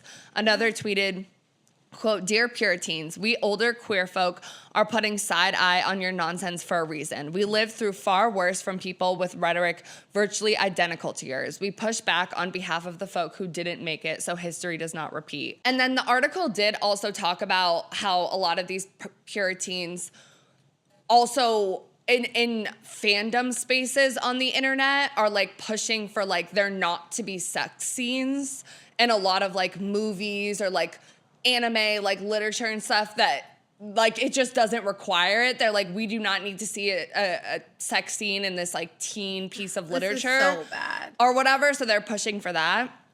Okay, so finally, it says, if there is something to be said for the emergence of Puritan views, however, it likely stems from the fact that as a result of spending their entire lives negotiating the murky spaces of the internet, Zoomers have been instilled with perhaps a stronger understanding of consent and the dangers of sexual exploitation more than any other generation. So like because of social media, not because of school and parents, but because of social media, and thus are more highly attuned to sexualized language and themes infiltrating spaces where it might not be appropriate. Quote, when you're a minor on the internet and you're faced with a problem like grooming, there's an increased minency and protection kids want to have for themselves and others. And as a result, it's probably sprouted some ideas that can be perceived as sex negative, even if they don't view them as such. In order to create language that's more accepting and curate spaces that are safe for us, you still end up being exclusionary, even if they don't mean to or realize it. So what's like so it makes sense, right? Because our generation is growing up online and we are exposed to a lot of over sexualized content, arguably without your consent. And like what oh, it was the trauma dumping one where we talked about consent to like being trauma dumped on and being on TikTok and like all of that stuff. And I'm just but this is the problem, right? When we don't have it in education and we aren't talking about it in like an environment where it's education and learning, and the only thing that we're getting is this, it makes sense why people are pushing back. I don't know. I know. That's such a good point, because it's like we know this, but we haven't really said it. It's like, or explicitly, but it's like not all the sex ed on fucking TikTok or all the education on this shit is not good. And so it's like what you're saying. If that's the only thing you have and you're not like educated on like how to look out for that, you're done. And so that's why, yes, it kind of does make sense, but it's like they're missing the part about like, well, if this isn't here, then there's nothing. And it's not like it only does bad. Like a lot of people literally like their favorite, you know, trans influencer like saved their fucking life because they didn't fucking know anyone or have any representation in the middle of fucking bumfuck Iowa, bro. I literally, if you live in Iowa, comment below, because that's one state I'm just like, it has like such a bad connotation in my mind. I don't know why. Just think like cornfields, pedophiles, Christians. I don't know. But it's just like, they're just missing it. And it's always about, when it's about gay shit, sex, women shit, think of the children. Like, it's exhausting. Like, it's always about the fucking children that y'all want to exert power over and control, because it's not like, it's like you say you want them to be safe, but you don't educate them on these things. And you think that if they see a drag queen on TV, then they're going to be a drag queen. Right. And that simply is not true. And that's why it's like these people who are interested in topics about queerness or, first let me start with the fact that because there's no queer sex ed or really queerness stuff added to history books, exactly what this older LGBTQ person is saying, like you weren't taught about like the people that came before you to lead to this. Whatever education that you might have ended up like Reddit thread, Twitter thread, talking about this stuff online might not be rooted in real historical information or real like PhD professors in these topics, all of that stuff. And like, I know I'm grateful, like both of us went to Emerson College, which is like super liberal, super queer friendly, all of that stuff. And I remember like reading certain things about like queer history and like feminist history. Too. I was just going to say that actually. Yeah, exactly. So we have that like grounding and that background. But if you're only being exposed to it in a very like radicalized online space that might go so left that it goes right, and then you also have those bad actor bots and stuff like that that are contributing to it, it's easy to get kind of brainwashed and lose the plot. Okay, so we have reached the part in the episode we are going to wrap up now and talk a little bit about what we are individually so wet, so dry, and still confused about the topic, in this case, sex education. And I definitely want to start by saying I'm so wet about my upbringing. I truly feel like it's, you know, everything of who I am today. Having two moms, a blended family, a lot of support and people that were answering my questions without censoring anything and just being real. Like, it really shaped me to who I am. And I'm so grateful for that, 1000%. I'm grateful for, I'm wet about the parents that do care, because there are parents out there that care. I mean, the majority of them want the sex ed too. Right. Yeah. Yes, exactly. I'm wet about that. And about like teachers that like do the right thing. Cause like there definitely are in some really liberal towns, like teachers with the gay flag on their door. Like there is that. It's just like when we get into like the studies and like the government, it seems so dark, but there are like literal like individual warrior parents and warrior teachers that are doing everything that they can. So I'm wet about that. And I'm wet about like our decision to like say the words and risk demonetization, because for a while I would be on you like, no, don't say it. Like, because I was like, money, money, money. And I was like, no, like, you're right. But like, yeah. But now, like, especially after you, like, us talking about how, like, you have to suppress that for so long, whatever that word is. And now you finally want to claim it, but you can't say it online. It's ridiculous and it's harmful. And so I'm really wet about, you know, that and you leading us to victory in that sense. And also just like, you know, I never really say this, but I am wet about TikTok, because as much as like it can be detrimental, like I'm glad that it exists as like a platform where we are able to have these code words, and like there is a lot of raw content, mental health content, sex content, sexuality out there. So like I am wet that people were smart enough to like work around some of the censorship that goes on online. Yeah. Yeah, same. I was going to say the same thing about like social media and TikTok. It's like, thank God that we do have this space. And I wish it was more of a thing when we were younger and in high school and stuff, because it would have helped. I think a lot. I mean, I credit Tumblr to a good amount of that. Yeah, but it was like emo self-harm pics. Like, right, exactly. Like it was like gifts of, I don't know. So that was like, eating disorder, too much. Yeah, it was so bad. But overall now, like at least the stuff that's able to slip through the cracks, or the stuff that uses algo speak to work around the algorithm, like it's so important, and I'm so glad that it is out there. And because of that, I think it's starting a discussion where we are trying to do more progressive bills in Congress, you know, not as many as restrictive, but that are trying to push this stuff forward. Like at least it's a conversation. At least we've come a little bit farther in terms of queer representation. We still have a fucking long way to go, but I know that it's probably better now to a degree, because there's all those don't say gay bans and stuff like that, but probably it is a little bit better than when we were growing up. I would only hope. For sure it is, bro. Yeah, and I'm wet about this discussion because we got like a lot of feedback from our listeners in terms of like what they were lacking in their sex education. And anytime we pick an episode that's like a lot of people voting in polls, a lot of people submitting stories, we're like, yes, like they're fucking into it. But as much as it's like most of the responses were like negative in terms of I had a bad sex education or my parents didn't do this. I'm glad that we recognize that and we see an issue, and we're like, and people are submitting, people are talking about it, people that are watching this episode, like this is a conversation that keeps going forward. Also wet about how like I think our generation will teach our children differently for the most part, which is good. And we don't need to demonize our parents, you know? Right. But to be aware of it is so important, like what you're saying. Exactly. Yeah. And then the last thing, I really love that sex work angle thesis. From that thesis. Yeah. Like, I just want to I was going to say that, but I was like, I'm going to let her have the moment. Yeah, it's a mouthful. It was hard for me to understand a little bit, but I did get it.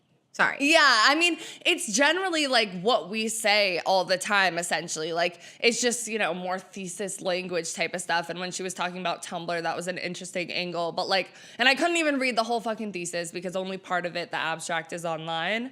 But it's rare, I feel like, that we find someone that's so aligned on the lines of the internet, sex work, sex education. Like, I was like, this is literally perfect. So shout out to her and the work she's doing, and the fact that that was written in, I think, 2022, and that's she's getting her PhD. That makes me hopeful that more generations are doing this type of work and like pushing it into the conversation. Like, wet to the people that care and are fucking trying. Yes. And then for dry, it's obviously a lot of dry, but I'm so dry that it's like, you know, sex ed is in the mainstream. They're talking about it. They're having like day-long meetings about it, but it's all in the completely wrong way. Restrictive. And it's like getting worse. You know what I mean? Like it's getting fucking worse. And it's like now we have Puriteens and like celibacy movements, and it's like people are gonna run with that. You know what I mean? But it's like y'all don't want to have sex or whatever. So it's really scary that I do feel like it's getting worse, because for a long time, like maybe pre-COVID, it's like everyone's like, thank God for the younger generation. They're gonna save us. And it's like I'm we worried for the younger generations. Yes. They're in uncharted territory with all this Yes. social media nonsense, and they don't have any sex education for the most part. And it's scary, and I'm worried for them, you know? And it's like the visual representation in the graphs you showed of like there was like 130 something bills pertaining to sex ed. It's like, what the fuck? Like, Yeah. it's insane. Even though some of them were good, it's just like so many. It's like there's so, and you don't really hear about that unless you're watching the news every morning. And I don't. Like, I read things. Yeah, I don't no. watch. Like, so, you Yeah. know, to see that is kind of like a lot. And just the whole censorship and the algorithm, and it's like what they push and what they don't, and they show the harmful content, but censor, you know, the sex therapist trying to save people's fucking lives. And it's just like, it really clicked for me when we were like, you know, this is the new burning books, because burning books was censorship, you know, and how Yep. they didn't let marginalized communities, Black people, learn how to read, because it's like They knowledge erase is narratives. power. Yep. And it's like they're still like limiting education on things that are so important. And it's really fucking scary. Like it's a whole lot of dry. Like, I don't know. Yeah. All right, so I'm so dry. A lot about what you said. I'm going to like retouch on certain things because like different aspects of it. But first, just the history of sex in America, how we're so Oh, yeah, I repressive, forgot about that. How we're Yeah, so that- racist, how, like all of that built That where we are section today, all fucked, like setting the groundwork. I'm very dry, obviously, about the bad sex education. We're all realizing the problem. It is not doing what it's supposed to be doing. And then even with that, like how you were mentioning the effects that it's having on the younger generation, like I thought, I didn't have this in my list, but it's like, it's so interesting where you talk about like, we were talking about, oh, we're the future, we're going to fix things. And then we are in this weird time right now, especially when we talk about young men and we talk about like the pornography epidemic, the male loneliness epidemic, male suicides, all of that. I mean, gut shooting up schools, like that type of stuff. It's like, they are only getting this conservative male content, manosphere content, and when we're talking about sex and relationships, and that's really dangerous, and we've swung this way so hard that I'm very nervous on that side of what the future is going to And hold the in hate, terms of like, gender. The hating them. The hating, know. yeah. Like, it's like we're mad at the system, not the individual. Because they're victims, especially like a 13-year-old boy, a 15-year-old boy is a victim of the media. And that's also And I'm like, scared of them. Like, they are out of control. oh, yeah, exactly. Like, I'm they're scared, so I get it. But and it's so hard too because it's like you don't want to be like, oh, like be afraid of the children, like we demonize the children, da da da. But this is really scary shit. Like when we talk about like violence, when we talk about sexual assault, suicide, like this is bad stuff that needs to be addressed. And I don't know how that's going to be possible without real sex education and relationship education and talking about these social media, like porn platforms, all of that. Obviously dry too about the restrictive laws that you talked about, like completely dry about that and the ways that they are homophobic and transphobic, all of those bills. Also the overturning of Roe v. Wade contributes to so much of this when we talk about women's menstrual cycles, birth control, all of that. I'm also dry about the Puritans and the tendency to lean so left that you end up going right and going full circle. Little bit confused about that because it's uncharted weird territory. And lastly, just like I kind of mentioned it, but the porn addiction stuff, like how so many boys, again, are just getting porn, how porn, it can be, you know, male gaze, heteronormative, violent in a lot of senses. Like these just need to be conversations. Like we keep returning to that. Like it needs to be conversations. It needs to be education. The parents are like, it should be done in schools. Schools are like, it should be done at home. The law is like, it shouldn't be done at all. Like, so I don't now know. it's on TikTok. Right, exactly. So I don't know. Right, which is not always the most reliable. Yeah. Right. Definitely a whole lot of dry. I feel like confused, like to kind of think of the question, like what's next for sex ed? It's like, obviously there's not going to be an intimacy coordinator in schools, but like some type of position, like I feel like there needs to be like maybe more qualifications to be a sex ed teacher. And maybe it's not going to be grouped into health class where you learn about, I don't even know what else you learn about. Like something specifically for sex ed and someone that's like inclusive, trauma informed, like someone, there needs to be a new lane. Like we talk about dismantling the system. It's like, I do think like what's going on right now, like gotta go. So gotta be something new. And like incorporating it into like history classes, English literature classes, because I remember reading the Scarlet Letter in English classes. And even in history classes, when we talk about like slavery and America's racist history, like being honest about what the fuck happened, but also speaking about it in a language that is also considerate of the students and like their age and what this means, but like acknowledging it, because we don't. It's a chapter in a history book and then we move on. And people are also trying to ban critical race theory, which I think also falls into a lot of this stuff about like abortion, LGBTQ, feminism, blah, blah, blah. But and just like in other cultures too, like when sex is used as a weapon, like sexual abuse, like it is a big part of like the fucking world. And it's just like, like don't limit it to just sex ed. Like let's talk about this shit across curriculums, okay? And it's like, obviously it's going to be age appropriate. Like you would think that would be obvious. You would think that would be obvious. Like it's so I don't know, what's next for sex ed, like dismantle the system and build a new one. There needs to be a specific expert educator that's laned into the correct shit. I'm tired. Okay. But also like honestly, Puriteens has me confused with stuff because it's giving like kiddie porn. Like the Puriteen name just sounds weird. Like, I don't know. Or maybe I'm just like sexualizing the word teen, but like, I'm just like, how did we get to that? Like, I thought we were whole phasing and then I blinked an eye and all these bitches are celibate. And I'm like, what happened? Because there was no celibacy when I was in high school. There was no Puriteen. Like, we were fucking and we were outside. And so it's just like, I don't know. Like, and why does it give cult? Like, I'm concerned. And I don't understand it. I'm not on that side of TikTok, like, at all. But I'm just like, they're really minors, no? Like, I'm just like, y'all, I just don't understand it at all. Yeah, and I think it's, like, influenced by the right and the bots and a lot of that, too. I think it is partly the result of, like, the time we grew up in, which everything was so sexualized, where people are going to swing the opposite way. Because they're like, oh, this didn't work, let's go that way. But but it is, I agree. Like, it's a little bit concerning. I'm a little bit confused about that, too. And it's not concerning because I want everyone to have so much sex. It's just like the permanence of it, the lifestyle, the mindset. Like, it's giving cold. Like, why don't you just take it one day at a time?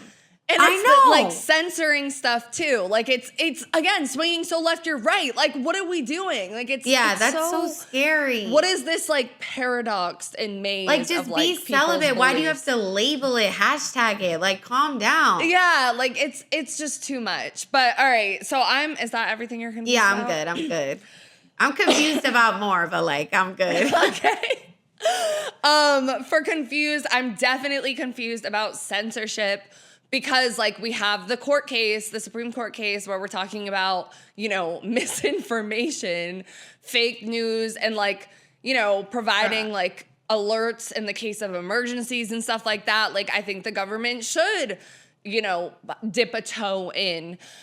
Journalism should be better, all of that stuff. But also, dip a toe in. Right.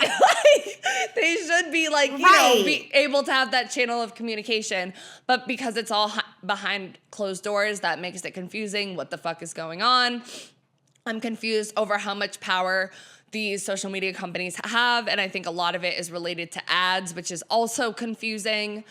So censorship in general, I think it's something we'll keep returning to because like we're going to, whether we say domestic violence, sexual abuse, whatever, whenever we cover a kink, we talk about ovulation, we talk about clitorises, we're already fucked. Like we're already fucked. And that's why it's like you guys that listen, you are so fucking important because it's hard for us to reach people, especially on TikTok. Yeah, like honestly, babe, maybe that's why we haven't blown up. Right, that's the reason. That must be. Same with shadow banning. I'm confused about it. Drive that I'm fucking shadow banned. Fuck you, Instagram. I'm also confused about the whole consent thing online because I don't know. Like, and it's maybe because I think I'm later to the conversation about consent. Like I wasn't learning about it at 15 on the internet like some younger people are. Mm-hmm. I just feel, I don't know, I feel weird about it because I do feel like it's fucked up to swipe past a video that's super violent and you didn't consent to it, or swipe past something that's like sexist or like makes you just feel bad. Like it's too much sometimes, and like, are you giving your consent? But also, like, we're on a very fine line of where we go to censorship and, like, all of that stuff. And, like, the moderation, like, all of that is confusing because these workers aren't paid enough. It's in another country. They're fatigued. Like, it's just, there's so much mess going on that we're going to have to unravel for a very long time. And, yeah, I think that's pretty much it in terms of confusion. The consent thing is really hard, though. It's like, and people give trigger warnings, and that's great. Like, we love that. And then you can scroll past. But part of me is like I get triggered online all the time, but it's like you just scroll past it. Like, it's on you to make the decision to like exit off. And if it's too much, then don't be on TikTok. Like the internet, we can't. Should they be doing more? Yes, but the reality is like they're not going to. Right. So I just feel like unfortunately it is on you to like know your triggers and like do what you need to do, act accordingly. And you can mute words, like all of that stuff. And honestly, for the most part on TikTok, I go through following. Like, just don't go. I know people are like, yeah, but how can I find things? Like, I get it, but like for my own anxiety stuff. And triggers, I go on following only because I know what I'm getting. Like, I act accordingly. I don't know. Just a thought. But I get it. It's hard when you're triggered and you see something online you didn't want to see. Like, I get it. Right. I think that about does it for this episode, though, guys. Let us know what you thought in the comments below on YouTube or Spotify, or in our DMs on Instagram at So Wet So Dry. The O's are zeros. Make sure you're following our Instagram so you can submit in our polls weekly and submit comments, questions, or an experience that we will share on the episode. Make sure that you also subscribe to our YouTube. We really want to hit 1,000 soon. Follow us on Spotify and Apple. And give us a rating as well on the platforms, Amazon, Spotify, or Apple. It really helps us. It takes 5 seconds. It would mean so much. Everything is linked in our description, or you can find us literally anywhere at So Wet So Dry. Those are fucking zeros. Yes, and I remembered one more thing I was confused about, but it's just also a call for you guys. I mentioned it at the beginning of this episode. We focus mostly on America in this episode. I do still realize, and I want us to acknowledge, that America is a very privileged country when it comes to a lot of these things about like gender, sexuality, the ways we talk about LGBTQ issues. So like, if you guys are from another country, I really urge you to let us know what your experience was like in terms of these things, what content moderation, censorship looks like in your country, all of that. Like, we want to incorporate that into the conversation as well, because I'm still confused. But all of that to say, also, we do have listener support. It's 99 cents, $4.99, or $9.99 a month. If you guys do wish to support us financially, please. And yeah, I think that's it. We love you guys so much, and we will catch you in the next episode. Bye! I don't like to go out to the bars when I'm ovulating anymore, because one time I dropped my lip gloss and a man handed it back to me like this. He picked it up, instead of handing me like this or like this or like that, picked it up and he was like,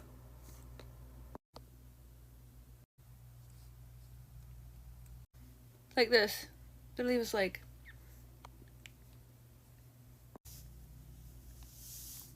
bro.